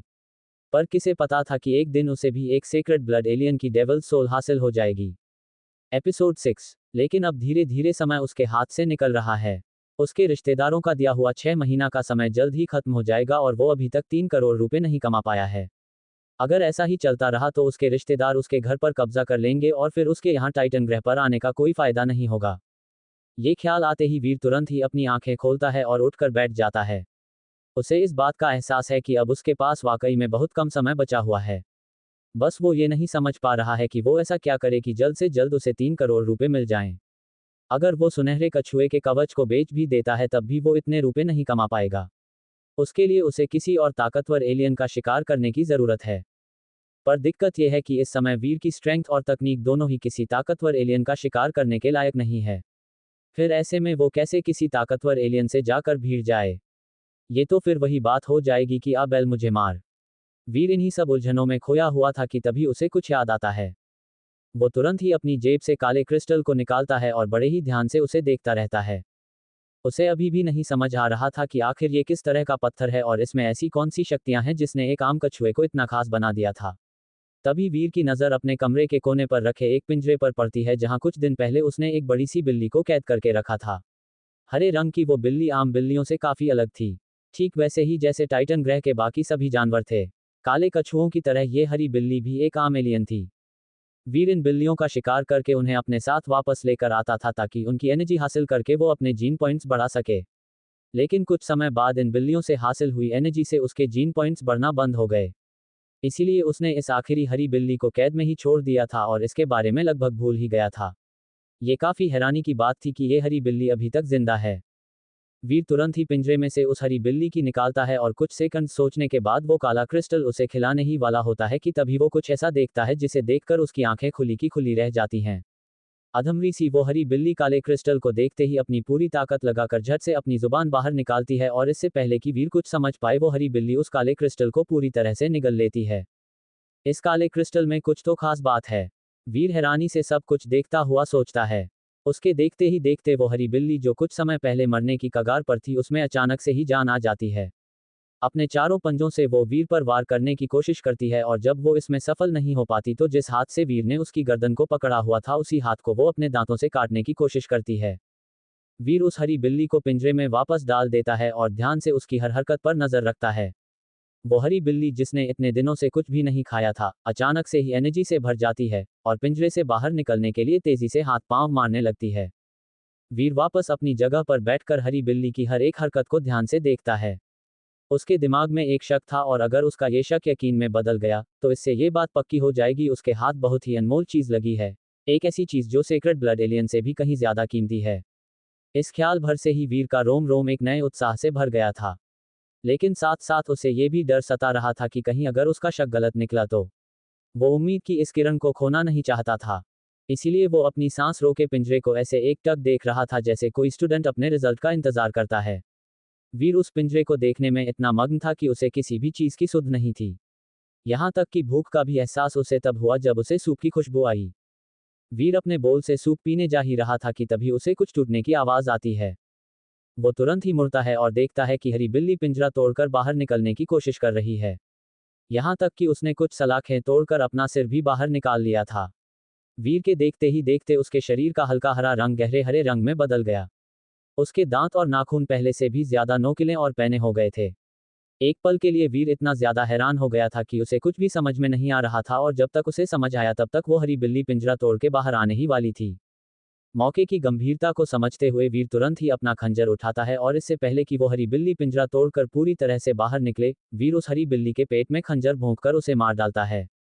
वो हरी बिल्ली कुछ देर तक तड़पते हुए वहीं जमीन पर ढेर हो जाती है। हरी बिल्ली के मरते ही वीर के सामने पॉवर स्क्रीन आ जाती है जिस पर लिखा था, प्राइमरी हरी बिल्ली मारी गई। आपने कोई डेवल सोल हासिल नहीं करी है। 0 से 10 जीन पॉइंट्स हासिल करने के लिए इसकी एनर्जी हासिल करें। अपने दिमाग में इस आवाज को सुनकर वीर की आंखें खुली की खुली रह जाती हैं।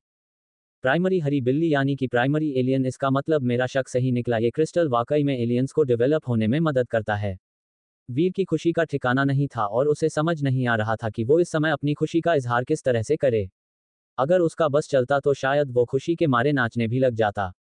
कुछ देर बाद जब उसकी खुशी थोड़ी कम होती है तब वो अपने खंजर से उस हरी बिल्ली के पेट को चीरकर उस काले क्रिस्टल को बाहर निकालता है। बिना इस बात की परवाह किए कि उस काले क्रिस्टल पर अभी भी हरी बिल्ली का खून लगा हुआ है, वीर खुशी के मारे उसे चूम लेता है। थोड़ी देर बाद उस क्रिस्टल को साफ करके वीर उसे अपने हाथ में इस तरह पकड़ता है जैसे कि वो क्रिस्टल नहीं बल्कि कोई अनमोल खजाना हो। इस क्रिस्टल की ही वजह से वो काला कछुआ सुनहरे कछुए में बदलकर एक सेक्रेड ब्लड एलियन बना था। अगर ये हरी बिल्ली भी डेवलप होना जारी रखती तो क्या ये भी एक सेक्रेड ब्लड एलियन बन जाती। ये ख्याल भर ही इतना कमाल का था कि वीर को किसी सपने के जैसा लग रहा था। खुद को विश्वास दिलाने के लिए वीर ने एक बार फिर से अपने आप को चुटकी काटी, और तेज दर्द के एहसास ने उसे यकीन दिला दिया कि वो सपना नहीं देख रहा है। ऐसा वाकई में हुआ है। और इस बात का एहसास होते ही उसका रोम रोम खुशी से झूम उठा। आज वाकई में उसका बहुत अच्छा दिन है। एक ही दिन इतनी सारी सफलता हाथ लगना कोई छोटी बात नहीं थी। कुछ देर तक खुशी मनाने के बाद वीर उस काले क्रिस्टल को संभाल के रख देता है और टाइटन ग्रह के फल और सब्जियों से बने सूप को पीने लग जाता है। क्या पता उसकी किस्मत अच्छी हो और इस सूप को पीकर कोई और अचीवमेंट उसके हाथ लग जाए। यही ख्याल दिमाग में रखकर वीर उस सूप को पूरी तरह से खत्म कर देता है, और जैसे कि उसे उम्मीद थी, सूप को खत्म करते ही वो एक और सेक्रेट जीन पॉइंट हासिल कर लेता है। कुल मिलाकर अब उसके पास 8 सेक्रेट जीन पॉइंट्स हो गए थे। अगर वीर के पास कोई खास हथियार या साधन होते तो शायद वो 1 सेक्रेट जीन पॉइंट से ज्यादा हासिल कर लेता। लेकिन ये भी बुरा नहीं है, खासकर तब जब कुछ घंटों पहले तक उसे सेक्रेट जीन पॉइंट तो दूर, कोई आम जीन पॉइंट भी नहीं मिला था। तभी वीर को याद आता है कि पहाड़ी पर उस सुनहरे कछुए को मारने के बाद उसने उसकी डेविल सोल भी हासिल करी थी। और ये ख्याल आते ही वो एक बार फिर से पॉवर स्क्रीन पर अपना डेटा चेक करता है। आपका स्टेटस फर्स्ट लेवल पार नहीं हुई। अब आपका लाइफ स्पैन होगा 200 साल। विकसित होने के लिए जरूरी पॉइंट्स 100 जीन पॉइंट्स। हासिल हुए gene points 79 gene points, 8 secret gene points. Devil soul secret blood सुनहरा कछुआ। सेक्रेट ब्लड सुनहरे कछुए की डेविल सोल की कैटेगरी कवच। सेक्रेट ब्लड सुनहरे कछुए की डेविल सोल का कवच कैसा दिखता होगा। अपना डेटा पढ़ने के बाद वीर सोच में पड़ जाता है। अभी वो इस बारे में सोच ही रहा था कि अचानक हवा में उसे एक सुनहरी परछाई नजर आती है जो देखने में बिल्कुल सुनहरे कछुए के जैसी थी। वो परछाई वीर के शरीर से चिपक कर किसी सुनहरे लिक्विड की तरह वीर के पूरे शरीर में फैलकर उसे ढकने लगती है। देखते ही देखते वीर का पूरा शरीर, यहाँ तक कि उसके बाल तक, सब उस सुनहरे लिक्विड से ढक जाता है। ये सुनहरा कवच बहुत ही ज्यादा ताकतवर और असरदार था। साथ ही साथ उस कवच में कई शक्तियां और तेजी भी थी। सुनहरी चमक के साथ वो कवच बहुत ही खूबसूरत लग रहा था। बल्कि पहली झलक में तो वो कवच कम और सोने से बना कपड़ा ज्यादा लग रहा था। बस दोनों में फर्क सिर्फ इतना था कि इस कवच ने उसके शरीर को सिर से लेकर पांव तक ढक दिया था। इस सुनहरे कवच में एक ही कमी थी, और वो ये कि जहां जहां उस कवच में जोड़ था वहां वहां उसमें थोड़ी दरारें थी। सिवाय इस एक कमी के उस कवच में और दूसरी कोई कमी नहीं थी। यहाँ तक कि उस कवच को पहनने के बाद वीर को शरीर में किसी भी तरह की हैवीनेस भी नहीं लग रही थी, बल्कि उसका शरीर और भी हल्का और फुर्तीला हो गया था। उस कवच को पहनने के बाद वीर खुद को अपने पसंदीदा सुपर हीरो आयरन मैन के जैसा महसूस कर रहा था, और ये एहसास कमाल का था। वाकई में ये कवच कमाल का है। और बाकी प्राइमरी डेविल सोल के कवच के मुकाबले, जो यहाँ ज्यादातर लोगों के पास है, ये सुनहरा कवच कहीं ज्यादा खूबसूरत है। वीर खुशी के मारे झूम रहा था। जब से वो यहाँ टाइटन ग्रह पर है तब से ये पहली बार है जब वो इतना ज्यादा खुश था। जब वो देव आश्रम में बाकी सभी लोगों को उनके प्राइमरी डेविल सोल से बने कवच में देखता था तो कहीं ना कहीं उसे बहुत जलन होती थी। पर किसे पता था कि एक दिन उसे भी एक सेक्रेट ब्लड एलियन की डेविल सोल हासिल हो जाएगी। एपिसोड 7। अब इन्हें वापस देव आश्रम कैसे लेकर जाऊं। वीर के जाने के जय अपने सामने मरे हुए फुर्तीले टिड्डों का ढेर देखकर सोचता है। अगर 10-12 टिड्डे होते तो वो आसानी से अपने बैग में रख के लेकर जा सकता था, पर यहाँ तो 43 टिड्डे हैं। उसे किसी न किसी की तो मदद लेनी ही होगी। काश वो डॉलर इन टिड्डों को देव आश्रम पहुंचाने में उसकी मदद कर देता, जय गहरी सांस लेते हुए सोचता है। पर अब जब डॉलर यहाँ नहीं है तो उसे खुद ही इन मरे हुए फुर्तीले टिड्डों को वापस लेकर जाने होगा। कुछ देर तक सोचने के बाद जय कुछ फुर्तीले टिड्डे अपने बैग में रखकर देव आश्रम ले जाने और बाकी बचे हुए टिड्डों के लिए अपने दोस्तों की मदद मांगने का फैसला करता है। अच्छी बात यह थी कि फुर्तीले टिड्डों के इलाके में इंसान ना के बराबर होते हैं। इसीलिए जब जय देव आश्रम से अपने दोस्तों के साथ लौटता है, फुर्तीले टिड्डों की लाशें उसे वहीं मिलती हैं जहां वो उसे छोड़कर गया था। इतने सारे मरे हुए फुर्तीले टिड्डों को देखकर जय के दोस्तों का हैरानी से मुंह वैसे ही खुला का खुला रह जाता है जैसे कुछ घंटे पहले जय का था। जय, क्या सच में उस डॉलर ने अकेले इन सारे फुर्तीले टिड्डों को मारा है? जय का दोस्त हैरानी से फुर्तीले टिड्डों की लाशों का ढेर देखते हुए पूछता है। और क्या मतलब, मैंने उसे मारते हुए तो नहीं देखा, लेकिन उस वक्त इस इलाके में कोई भी और नहीं था और ये टिड्डे तुरंत ही के मरे हुए लग रहे थे। अब अगर उसने नहीं मारे होंगे तो और कौन मारेगा? कैप्टन अमेरिका, जय थोड़ा चिढ़ते हुए अपने दोस्तों से कहता है। कोई उसके सोने की मुर्गी की काबिलियत पर शक करे, ऐसा वो कैसे देख सकता है? इतने सारे टिड्डे एक साथ मारना खुद कैप्टन अमेरिका के भी अकेले की बस की बात नहीं है। उसे भी बाकी सारे अवेंजर्स की मदद की जरूरत पड़ेगी। मेरे हिसाब से तो ये एक से ज्यादा लोगों का काम है, जैसे कोई गैंग। और जब बाकी लोग इन लाशों को वापस ले जाने के लिए किसी साधन का इंतजाम करने गए होंगे तब उस डॉलर ने सारा क्रेडिट खुद ले लिया होगा। एक इंसान अकेले इतने सारे फुर्तीले टिड्डों को मार ही नहीं सकता। वो जरूर अपने मुंह मियां मिट्ठू बन रहा होगा, जय का दोस्त मुंह बनाते हुए कहता है और उसके बाकी दोस्त भी उसकी बात से सहमत होते हैं। उनमें से किसी को भी विश्वास नहीं था कि वीर ने अकेले इन फुर्तीले टिड्डों को मारा है। उन लोगों को अपनी बातों पर अड़ा हुआ देखकर जय समझ गया कि इनमें से किसी को भी उसकी बातों पर विश्वास नहीं है। इसीलिए उसने आगे और कुछ भी नहीं कहा। पर चाहे कोई कुछ भी कहे, पर जय एक बात बहुत अच्छे से जानता, बल्कि उसे विश्वास था कि इन सभी फुर्तीले टिड्डों को डॉलर यानी कि वीर ने ही मारा है और समय आने पर ये बेवकूफ लोग भी उसकी इस बात पर विश्वास करेंगे। जहां एक तरफ जय अपने दोस्तों के साथ फुर्तीले टिड्डों की लाशों को देवाश्रम ले जाने की तैयारी कर रहा था, वहीं दूसरी तरफ जिस शख्स ने इस पूरे कारनामे को अंजाम दिया था वो अपने अगले शिकार की तरफ बढ़ रहा था। फुर्तीले टिड्डों को मारने के बाद वीर देवाश्रम जाने के बजाय तांबे के दांत वाले गैंडे का शिकार करने के लिए निकल पड़ता है। अब क्योंकि उसने लगभग सभी फुर्तीले टिड्डों को जान से मार दिया था, इसलिए अब फुर्तीले टिड्डों के इलाके में उसे एक भी फुर्तीला टिड्डा नहीं मिला। ऐसे में उसने ये तांबे के दांत वाले गैंडों का शिकार करने के फैसला किया। हालांकि इससे पहले जब उसने ऐसा करने की कोशिश करी थी तब वो बुरी तरह से घायल हो गया था, पर अब वक्त बदल चुका है। अब उसके पास उसका सुनहरा कवच है, इसलिए अब वो आसानी से उस तांबे के दांत वाले गैंडों का सामना कर सकता है। यही ख्याल मन में लिए वीर तांबे के दांत वाले गैंडे की तलाश में निकल पड़ा। देव आश्रम के आसपास काफी सारे तांबे के दांत वाले गैंडे घूमते रहते हैं और उनमें पूरी तरह विकसित हो चुके तांबे के दांत वाले गैंडों की तादाद भी अच्छी खासी होती है। तो अगर मैं काले क्रिस्टल की मदद से किसी प्राइमरी तांबे के दांत वाले गैंडे को म्यूटेंट वाला जानवर बना लेता हूं, तो किसी को भी मुझ पर शक नहीं होगा। यही ख्याल मन में रखकर वीर तांबे के दांत वाले गैंडों के इलाके में पहुंचता है और तांबे के दांत वाले गैंडे की तलाश करता है। कुछ ही दूरी पर उसे तांबे के दांत वाले गैंडों का एक झुंड दिखता है। अपने पिछले अनुभव के कारण वीर अच्छे से जानता था कि इन तांबे के दांत वाले गैंडों का मुकाबला करना आसान नहीं है, और वो भी तब जब वो इतनी सारी तादाद में हों। इसीलिए वो बिना कोई जल्दबाजी करे पेड़ के पीछे छुपकर सही मौके का इंतजार करता है। थोड़ी देर तक इंतजार करने के बाद उसे वो सही मौका मिल जाता है जिसका उसे बेसब्री से इंतजार था। उन तांबे के दांत वाले गैंडों के झुंड में वहां अब बस 2 ही तांबे के दांत वाले गैंडे बचे थे। बाकी सभी गैंडे इधर उधर चले गए थे। मौके का फायदा उठाते हुए वीर तुरंत ही पेड़ के पीछे से निकलता है और इससे पहले कि वो तांबे के दांत वाले गैंडे अपनी तरफ आने वाले खतरे को भांप पाते, वीर अपने सुनहरे कवच की मदद से इन दोनों गैंडों को मौत की नींद सुला देता है। प्राइमरी एलियन तांबे के दांत वाला गैंडा मारा गया। आपको कोई भी डेविल सोल हासिल नहीं हुई। 0 से 10 खास जीन पॉइंट्स हासिल करने के लिए इसकी एनर्जी हासिल करें। प्राइमरी एलियन तांबे के दांत वाला गैंडा मारा गया। आपको प्राइमरी तांबे के दांत वाले गैंडे की डेविल सोल हासिल हो गई है। 0 से 10 खास जीन पॉइंट्स हासिल करने के लिए इसकी एनर्जी हासिल करें। अपने दिमाग में ये आवाज सुनकर वीर की आंखें खुली की खुली रह जाती हैं। उसे अपनी किस्मत पर विश्वास नहीं होता जो पिछले एक दिन से कुछ ज्यादा ही चमक रही है। 43 फुर्तीले टिड्डे और इतने दिनों से हजारों आम एलियन मारने के बाद भी उसे एक भी डेविल सोल नहीं मिली। और अभी बस 2 तांबे के दांत वाले गैंडों को मारने भर से ही उसे एक डेविल सोल हासिल हो गई। डॉक्टर खुराना सही कहते थे। डेविल सोल मिलना वाकई में किस्मत की बात है। वीर की खुशी का ठिकाना नहीं था। भले ही तांबे के दांत वाले गैंडे टाइटन के बहुत ही आम एलियन हैं, पर फिर भी इनकी डेविल सोल मिलना बहुत बड़ी बात है। कहने को तो तांबे के दांत वाले गैंडे प्राइमरी एलियंस की कैटेगरी में आने वाले कमजोर एलियंस में से एक होते हैं, पर फिर भी इनकी डेविल सोल काफी ज्यादा फेमस है। इसलिए वीर के लिए केवल 2 गैंडों को मारने से ही उसकी डेविल सोल हासिल होना बहुत बड़ी बात थी। अपनी आंखों को बंद करके वीर तांबे के दांतों वाले गैंडे की डेविल सोल को बुलाता है, और कुछ ही सेकंड्स में उसे एक कांटेदार परछाई नजर आने लगती है। वीर के देखते ही देखते वो तांबे की कांटेदार परछाई आधे चंद्रमा के आकार में दिखने वाले भाले के रूप में बदलकर वीर के हाथों में आ जाती है।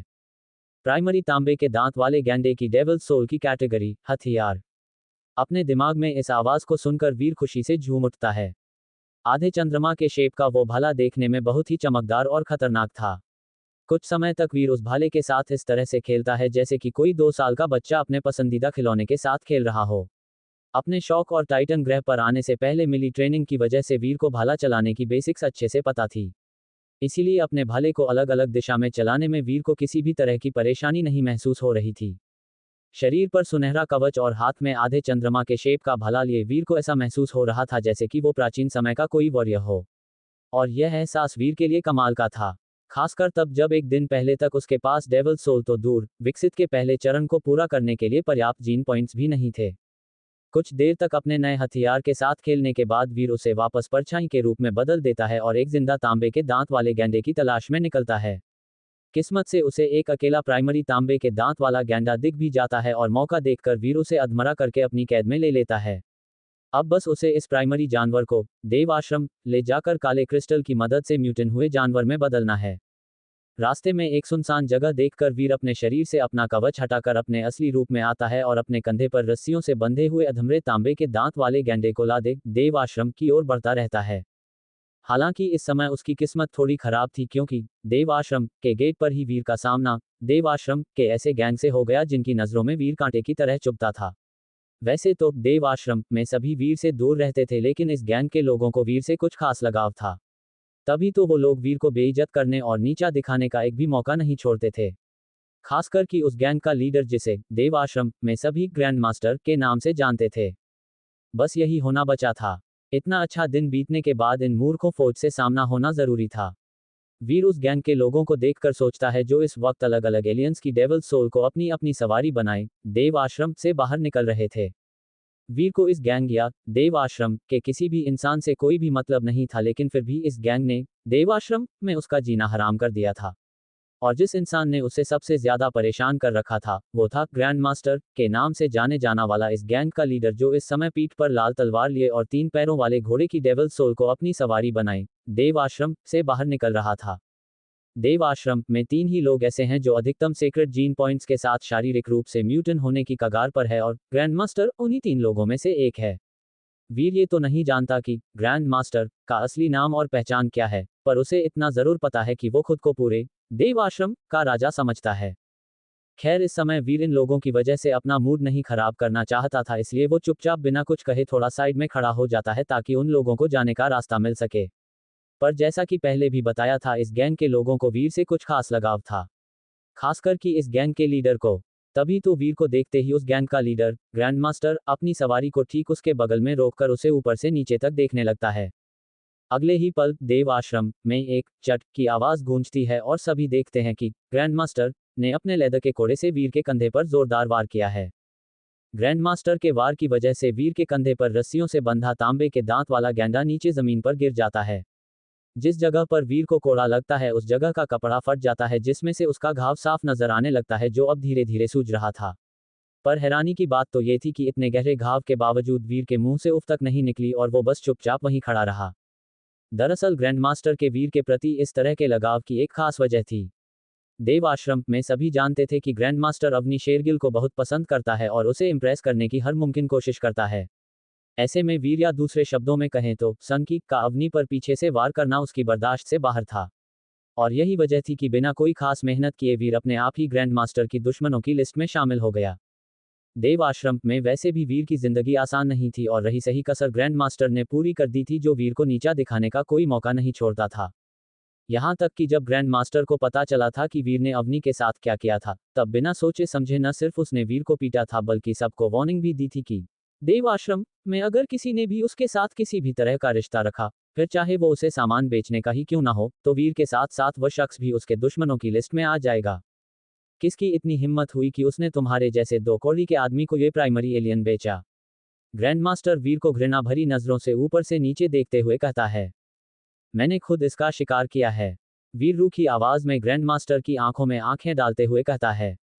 ऐसा नहीं था कि ग्रैंडमास्टर के इस तरह के बर्ताव से उसे गुस्सा नहीं आ रहा था, पर वो इन लोगों से किसी भी तरह का पंगा नहीं लेना चाहता था। हाँ, इस समय उसके पास उसका सुनहरा कवच और हथियार दोनों ही हैं। लेकिन इन दोनों चीजों के होते हुए भी वीर का ग्रैंडमास्टर से तो क्या, इस गैंग के किसी भी इंसान से मुकाबला करना नामुमकिन सा था। इस गैंग के सभी लोगों के पास अच्छी खासी डेविल सोल्स हैं और ग्रैंडमास्टर तो फिजिकली डेवलप होने की कगार पर है। इन सब के मुकाबले वीर की ताकत इस समय कम है। ये लोग आसानी से वीर का तमाम कर सकते थे। वीर को अपनी मौत का डर नहीं था, लेकिन उसे अपनी माँ और बहन की चिंता थी। अगर इस अनजाने ग्रह पर उसे कुछ हो गया तो उसकी माँ और बहन का क्या होगा? बस इसीलिए वीर इन लोगों से पंगा लेकर हीरो बनने की बजाय इन लोगों से बदला लेने के लिए सही मौके का इंतजार करने का फैसला लेता है। और यही वजह थी कि वीर इस समय बस खून का घूंट पीकर रह गया। तेरे लिए यही अच्छा होगा, क्योंकि अगर मुझे पता चला कि किसी ने तेरे साथ किसी भी तरह का बिजनेस करने की कोशिश करी है, तो तुम दोनों के लिए अच्छा नहीं होगा। इस आखिरी चेतावनी के साथ ग्रैंडमास्टर एक आखिरी बार वीर को देखता है और वहां से चला जाता है। सनकी, किसी भी तरह की होशियारी मत करना, नहीं तो तुम्हें एक बार फिर से सबक सिखाने में मुझे जरा सी भी तकलीफ नहीं होगी। ग्रैंडमास्टर के जाते ही उसका दायां हाथ और पुराना दोस्त व्योम बख्शी वीर को बेरहमी से देखते हुए कहता है और वहां से चला जाता है। वीर इस इंसान को कभी नहीं भूल सकता, क्योंकि अवनी शेरगिल के साथ हुए हादसे के बाद ग्रैंडमास्टर ने इसे ही वीर को पीटने के लिए भेजा था। गुस्से में लाल आंखों के साथ वीर उन सबको जाते हुए देखता है और फिर चुपचाप अपने शिकार किए हुए एलियन को जमीन से उठाकर सबकी उपहास भरी नजरों को नजरअंदाज करते हुए अपने कमरे की तरफ चला जाता है। मुझे और ताकतवर बनना होगा, और वो भी जल्द से जल्द। अपने दिल में बदले की आग जलाए वीर अपने आप से ये वादा करता है। भले ही अभी वो इस पूरे गैंग से अकेले मुकाबला करने के लिए कमजोर हो, पर एक बात वो अच्छे से जानता है कि एक दिन ऐसा जरूर आएगा जब वो इन सभी से अपनी बेइज्जती का बदला लेगा। और ऐसा होने के लिए काला क्रिस्टल उसका सबसे बड़ा हथियार है। एपिसोड 8। वीर सावधानी से आगे बढ़ ही रहा था कि तभी उसे घास में करीब 1 फुट लंबी हरे रंग की कोई चीज चिपकी नजर आई।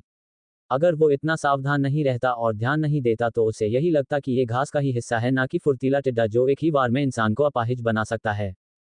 गहरे हरे रंग के उस फुर्तीले टिड्डे के पैर उसके शरीर से भी लंबे थे।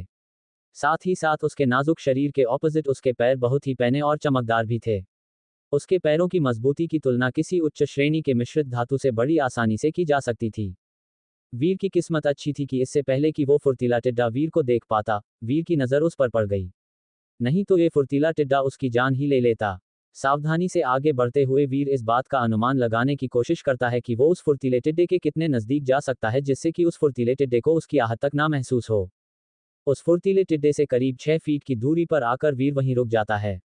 वो कोई भी रिस्क नहीं लेना चाहता था, क्योंकि अगर उस फुर्तीले टिड्डे को उसके वहां होने का आभास हो गया तो वीर छुपकर वार करने के अपने इस मौके को खो देगा।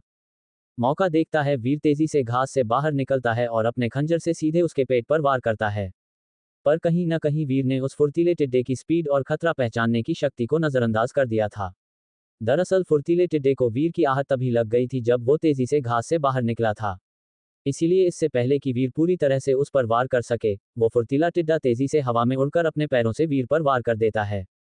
भले ही वीर समय से उस फुर्तीले टिड्डे के वार से बचता हुआ पीछे हट गया हो, पर फिर भी फुर्तीले टिड्डे के पैर वीर के माथे पर लग ही जाते हैं। जैसे लोहे के लोहे से टकराने की आवाज आती है, ठीक वैसी ही आवाज पूरे इलाके में गूंज जाती है। क्योंकि वीर ने अपना सुनहरा कवच पहना हुआ था, इसलिए फुर्तीले टिड्डे के इस वार से वीर को कोई नुकसान नहीं पहुंचा। लेकिन फिर भी उसे हल्का सा चक्कर आता महसूस हुआ, मानो कि उसका सिर किसी पत्थर से जा टकराया हो। लेकिन हैरानी की बात यह थी कि उसके सुनहरे कवच पर एक खरोंच तक नहीं आई थी। एक्साइटेड वीर इस मौके का फायदा उठाते हुए एक बार फिर अपने खंजर से उस फुर्तीले टिड्डे के पेट पर वार करके उसके 2 टुकड़े कर देता है। इस बार उसका निशाना अचूक था, जिसकी वजह से फुर्तीले टिड्डे को बचाव या वार करने का कोई मौका नहीं मिला। प्राइमरी एलियन फुर्तीला टिड्डा मारा गया। आपको कोई भी डेविल सोल हासिल नहीं हुई। 0 से 10 जीन पॉइंट्स हासिल करने के लिए इसकी एनर्जी हासिल करें। ये कवच वाकई में कमाल का है। जब तक ये मेरे साथ है, मैं जिसे चाहूं उसे मार सकता हूं और कोई भी मेरा कुछ नहीं बिगाड़ सकता। यहां तक कि म्यूटेंट एलियंस भी मेरा कुछ नहीं बिगाड़ सकते। जब तक ये कवच मेरे साथ है तब तक मैं सुरक्षित हूं। ठीक वैसे ही जैसे कटप्पा के होते बाहुबली का कोई कुछ नहीं बिगाड़ सकता। अपनी आखिरी ख्याल पर वीर खुद हंस पड़ता है। पर इस समय वो इतना खुश था कि उसे किसी बात की परवाह नहीं थी। अचानक से ही वीर के अंदर एक नया जोश आ जाता है और वो उन फुर्तीले टिड्डों से छुपना बंद कर देता है। बल्कि वो तो सीना चौड़ा करके उस पूरे इलाके में ऐसे घूमने लगता है जैसे कि कितनी बड़ी जंग जीत कर आया हो।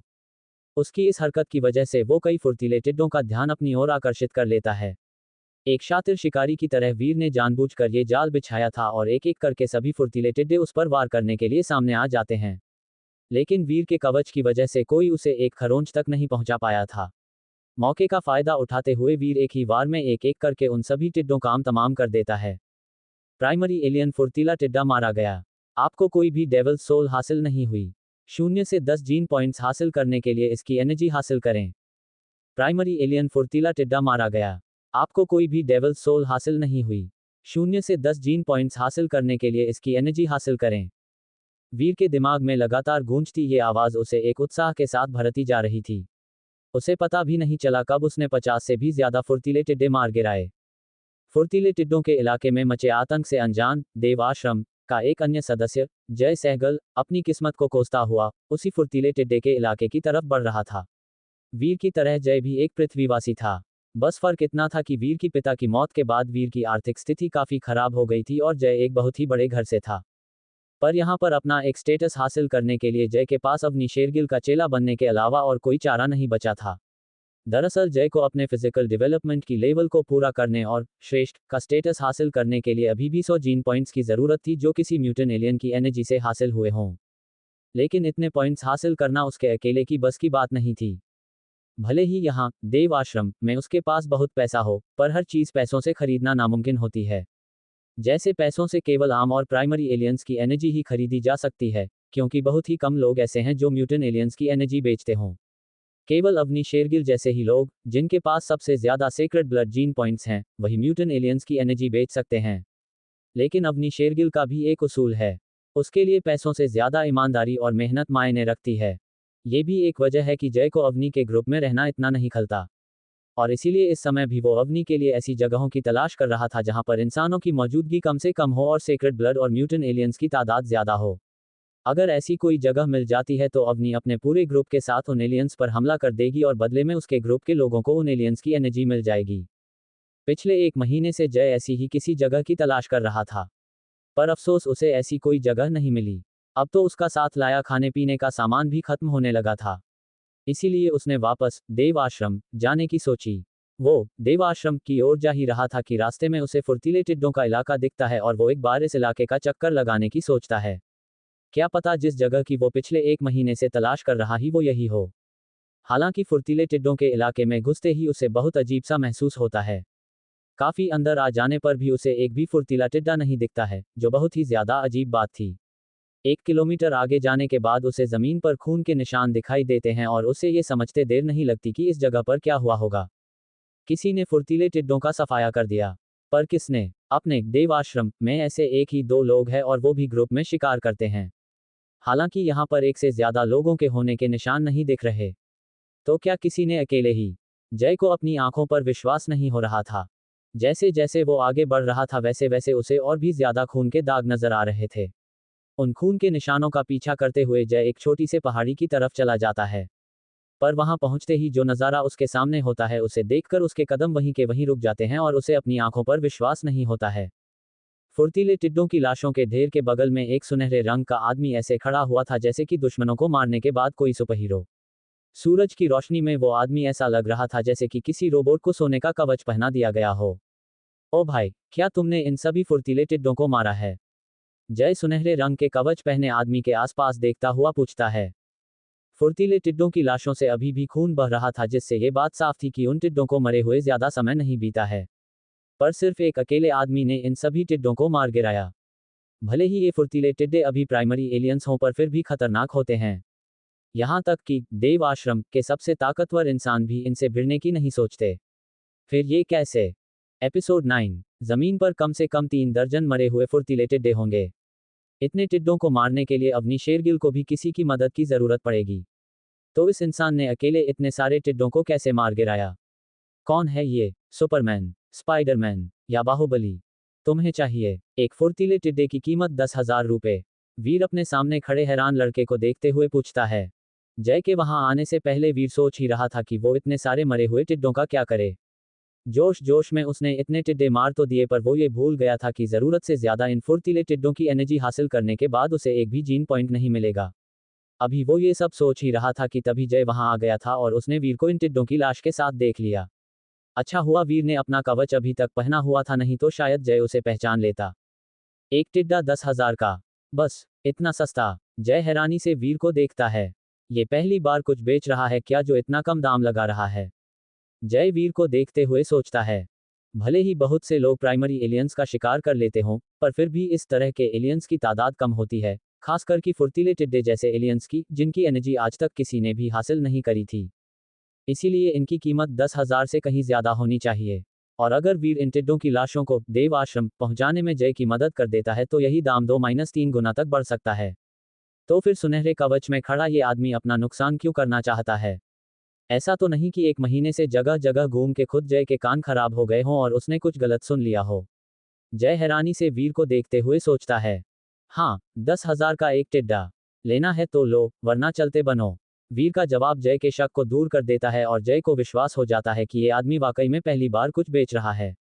इसीलिए इसे इन फुर्तीले टिड्डों की सही कीमत नहीं पता। पर जय जैसा सोच रहा था वैसा कुछ भी नहीं था। वीर को अच्छे से पता था कि इन फुर्तीले टिड्डों की क्या कीमत है। पर वो जानते थे कि बिना किसी कन्वेंस के इतने सारे मरे हुए फुर्तीले टिड्डों को वापस देव आश्रम ले जा पाना नामुमकिन है। और अगर वो किसी साधन की तलाश में इन टिड्डों को यहाँ छोड़कर चला जाता है तो हो सकता है कि कोई इन्हें चोरी कर ले। इसीलिए वीर ने बिना ज्यादा सींचे समझे इन टिड्डों की ये कीमत लगा दी। और वैसे भी वीर के पास इतना समय और स्टैमिना नहीं था कि वो इन सब चीजों में उसे बर्बाद करे। उसे इससे भी जरूरी चीजें करनी थी और इसीलिए वो थोड़ा नुकसान उठाने के लिए तैयार था। हाँ हाँ बिल्कुल, मैं ये सारे फुर्तीले टिड्डे खरीद लूंगा। वैसे कुल मिलाकर कितने हैं ये। जय तो खुशी से पागल हो गया था। ये फुर्तीले टिड्डे हर तरह से उसके लिए फायदेमंद हैं। एक तो ये उसे कम कीमत में मिल रहे हैं और दूसरा इनकी सप्लाई कम होने की वजह से ये एक बहुत ही यूनिक गिफ्ट के तौर पर भी इस्तेमाल हो सकते हैं। कुल मिलाकर ये 43 फुर्तीले टिड्डे हैं।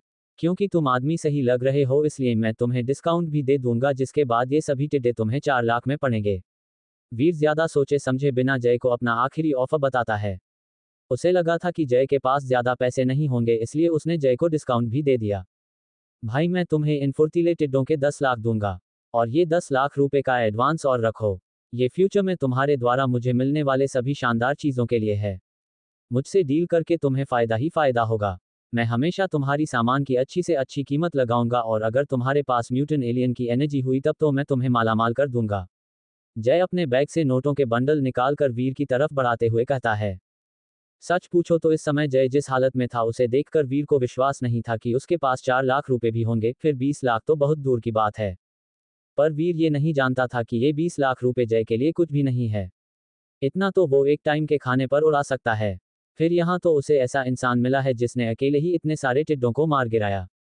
फ्यूचर में ऐसा इंसान उसके बहुत काम आ सकता है। ये इंसान नहीं बल्कि सोने का अंडा देने वाली मुर्गी है। और ऐसी मुर्गी पर जितने भी पैसे खर्च करो कम है। तुम्हारी फटीचर हालत को देखकर नहीं लगता कि तुम इतने अमीर हो। वीर नोटों का बंडल लेते हुए जय से कहता है और उसकी बात सुनकर जय हल्का सा मुस्कुरा देता है। सच पूछो तो पैसों के अलावा मेरे पास और है ही क्या। यूं समझ लो कि मैं टाइटन ग्रह का मुकेश अंबानी हूं। मेरे पास पैसों की कोई कमी नहीं है। इसीलिए मैंने तुम्हें 10 लाख रुपए एडवांस में दिए ताकि तुम्हारे पास अगर फ्यूचर में ऐसी कोई भी शानदार चीज आए तो वो तुम मुझे ही बेचना। और अगर तुम किसी म्यूटेंट एलियन की एनर्जी मुझे बेचोगे तब तो मैं तुम्हें इतने पैसे दूंगा कि तुम गिन भी नहीं पाओगे। जय अपनी बढ़ाई करते हुए कहता है। कहीं ना कहीं उसे ये भी डर था कि कहीं उसके हाथ से ये सोने का अंडा देने वाली सुनहरी मुर्गी ना निकल जाए। इसलिए इसे जितना हो सके उतना दाना डालो ताकि ये मुर्गी कहीं और ना जा पाए। तुम बोलते बहुत हो। खैर अपना नाम और पता बता दो। फ्यूचर में अगर मुझे ऐसा कुछ मिलेगा तो मैं तुम्हें कांटेक्ट कर लूंगा। वीर गहरी सांस लेते हुए कहता है। जय का बड़बोलापन अब वीर को बोर कर रहा था। पर फिर भी एक बात को वीर अनदेखा नहीं कर सकता और वो ये कि जय के बड़बोलेपन के बावजूद वो ईमानदार है। वरना 4 लाख के 10 लाख कौन देता है। फ्यूचर में जय उसके बहुत काम आएगा। बस एक बार वो काले क्रिस्टल की मदद से एक प्राइमरी एलियन को म्यूटेंट एलियन में बदल दे फिर तो जय आसानी से उसे 3 करोड़ तो क्या उससे कहीं ज्यादा दे देगा। आखिर वो टाइटन ग्रह का मुकेश अंबानी जो है। जय सहगल नाम तो सुना ही होगा और हाँ मेरा असली नाम भी यही है। नहीं, मेरा मतलब है कि हमारे देव आश्रम में कई लोगों के निकनेम भी हैं, जैसे एक लड़का है जिसको हम सनकी बुलाते हैं। पर मेरा ऐसा कोई नाम नहीं है। पर तुम चाहो तो मुझे रिची रिच बुला सकते हो, और हाँ, मैं रूम नंबर 1046 में रहता हूँ।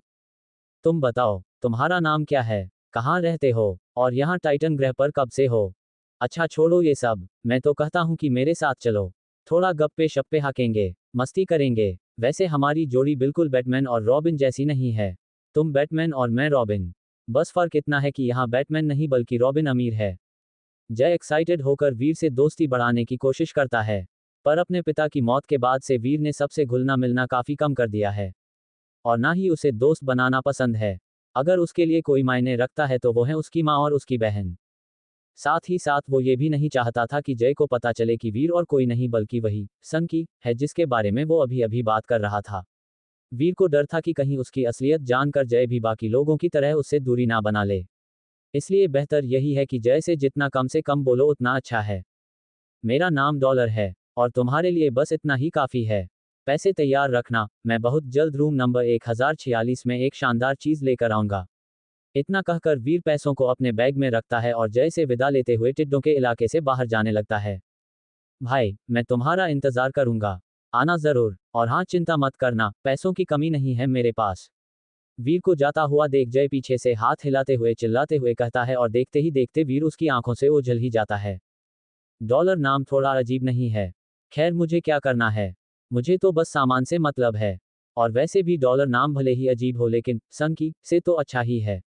पता नहीं वो लूजर कहाँ भटक रहा होगा। वीर के जाने के बाद जय सोचता है, बेचारे को अब तक समझ नहीं आया कि गंगाधर ही शक्तिमान है, यानी कि जिस सनकी का देव आश्रम में ये सारे मजाक उड़ाते हैं वो और कोई वीर उर्फ डॉलर ही है। एपिसोड 10। अब इन्हें वापस देव आश्रम कैसे लेकर जाऊं?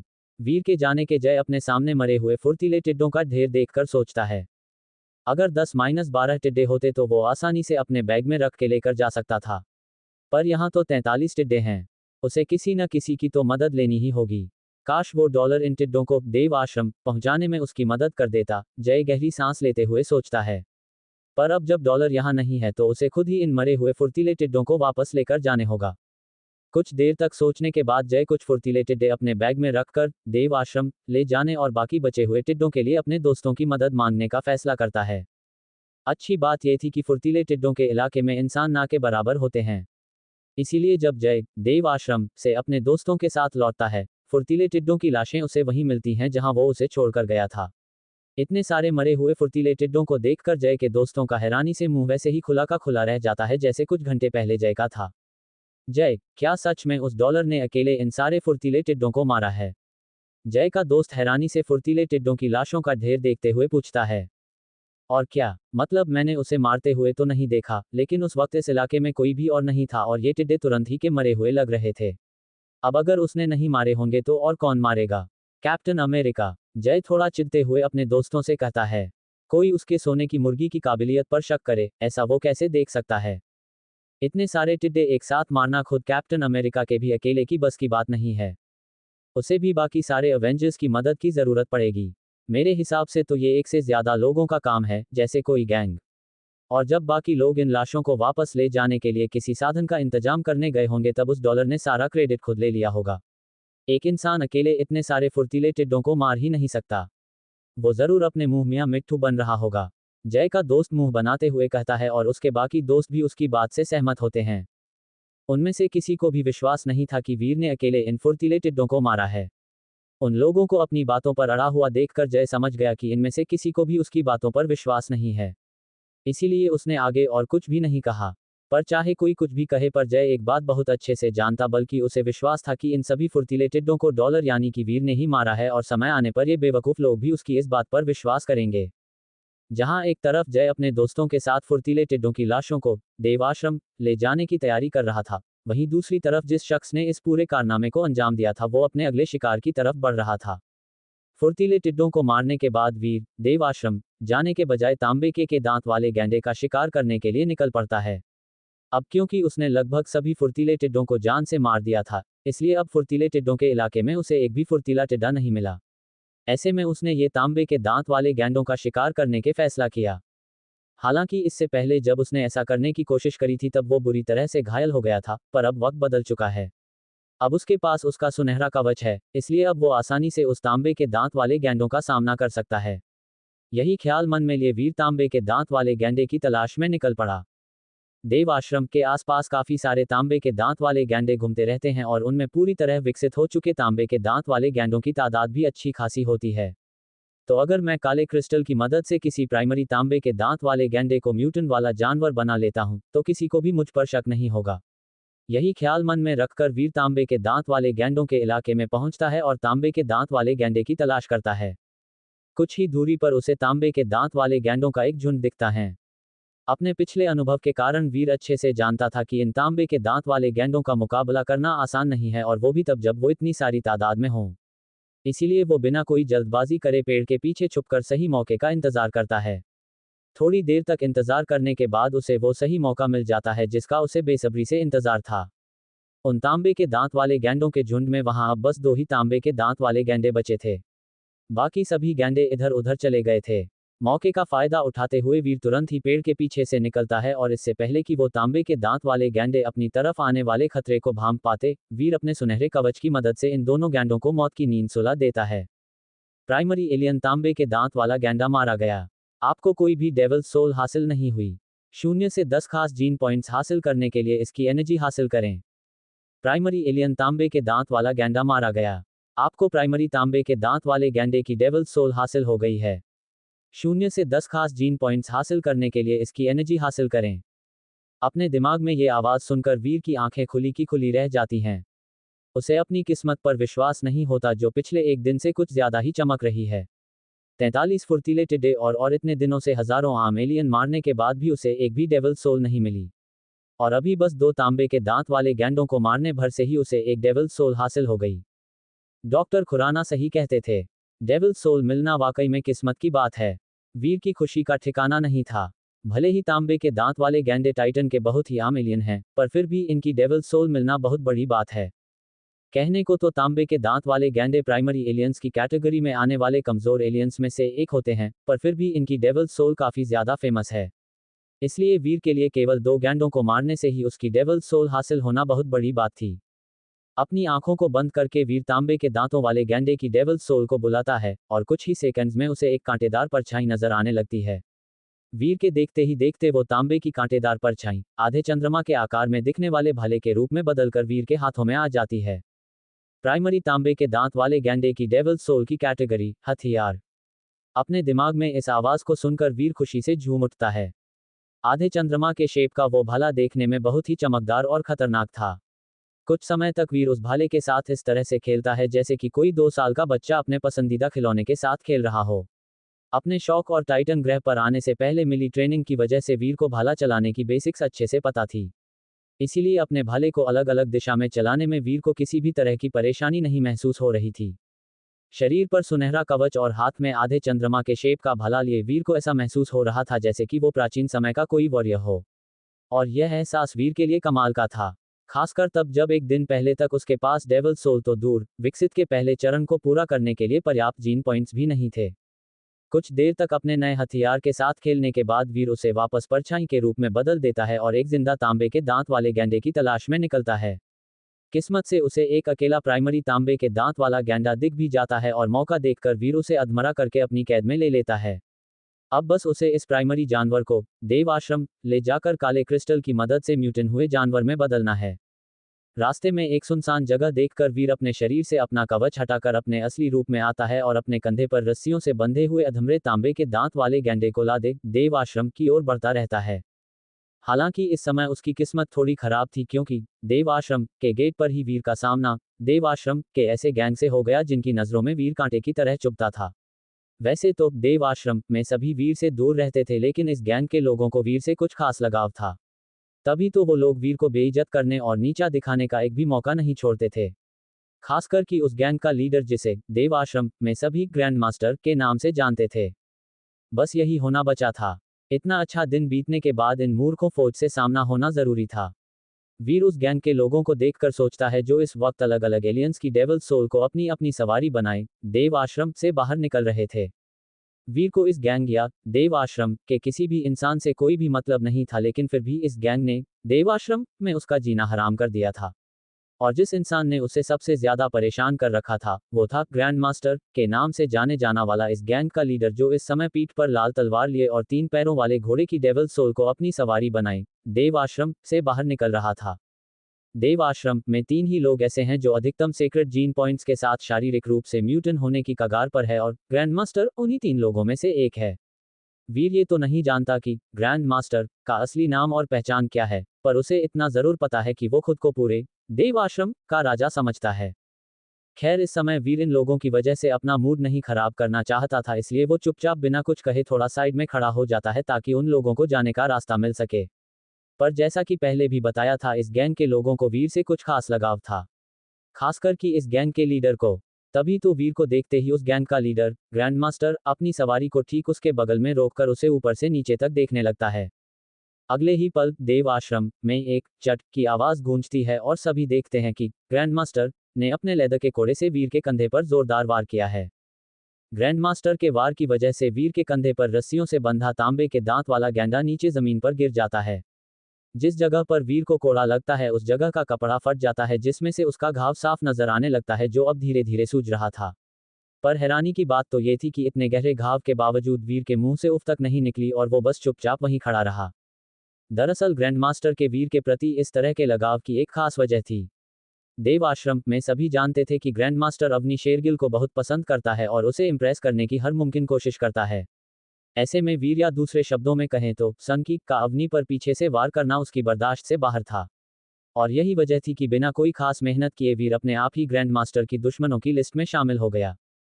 देव आश्रम में वैसे भी वीर की जिंदगी आसान नहीं थी, और रही सही कसर ग्रैंड मास्टर ने पूरी कर दी थी, जो वीर को नीचा दिखाने का कोई मौका नहीं छोड़ता था।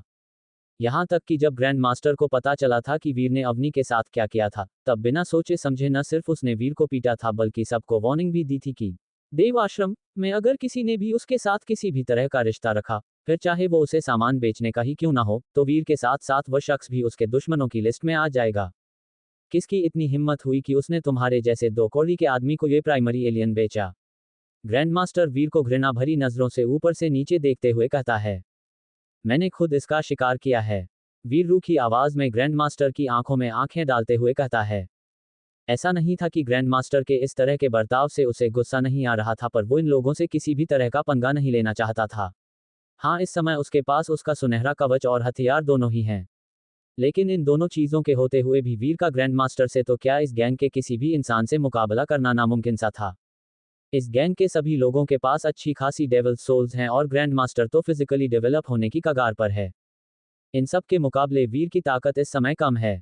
ये लोग आसानी से वीर का तमाम कर सकते थे। वीर को अपनी मौत का डर नहीं था, लेकिन उसे अपनी माँ और बहन की चिंता थी। अगर इस अनजाने ग्रह पर उसे कुछ हो गया तो उसकी माँ और बहन का क्या होगा? बस इसीलिए वीर इन लोगों से पंगा लेकर हीरो बनने की बजाय इन लोगों से बदला लेने के लिए सही मौके का इंतजार करने का फैसला लेता है। और यही वजह थी कि वीर इस समय बस खून का घूंट पीकर रह गया। तेरे लिए यही अच्छा होगा, क्योंकि अगर मुझे पता चला कि किसी ने तेरे साथ किसी भी तरह का बिजनेस करने की कोशिश करी है, तो तुम दोनों के लिए अच्छा नहीं होगा। इस आखिरी चेतावनी के साथ ग्रैंड मास्टर एक आखिरी बार वीर को देखता है और वहां से चला जाता है। सनकी, किसी भी तरह की होशियारी मत करना, नहीं तो तुम्हें एक बार फिर से सबक सिखाने में मुझे जरा सी भी तकलीफ नहीं होगी। ग्रैंड मास्टर के जाते ही उसका दायां हाथ और पुराना दोस्त व्योम बख्शी वीर को बेरहमी से देखते हुए कहता है और वहां से चला जाता है। वीर इस इंसान को कभी नहीं भूल सकता, क्योंकि अवनी शेरगिल के साथ हुए हादसे के बाद ग्रैंड मास्टर ने इसे ही वीर को पीटने के लिए भेजा था। गुस्से में लाल आंखों के साथ वीर उन सबको जाते हुए देखता है और फिर चुपचाप अपने शिकार किए हुए एलियन को जमीन से उठाकर सबकी उपहास भरी नजरों को नजरअंदाज करते हुए अपने कमरे की तरफ चला जाता है। मुझे और ताकतवर बनना होगा, और वो भी जल्द से जल्द। अपने दिल में बदले की आग जलाए वीर अपने आप से ये वादा करता है। भले ही अभी वो इस पूरे गैंग से अकेले मुकाबला करने के लिए कमजोर हो, पर एक बात वो अच्छे से जानता है कि एक दिन ऐसा जरूर आएगा जब वो इन सभी से अपनी बेइज्जती का बदला लेगा। और ऐसा होने के लिए काला क्रिस्टल उसका सबसे बड़ा हथियार है। मेरे प्रिय मित्रों, आगे की कहानी जानने के लिए लाल डिब्बे पर जोर से मुक्का मारिए।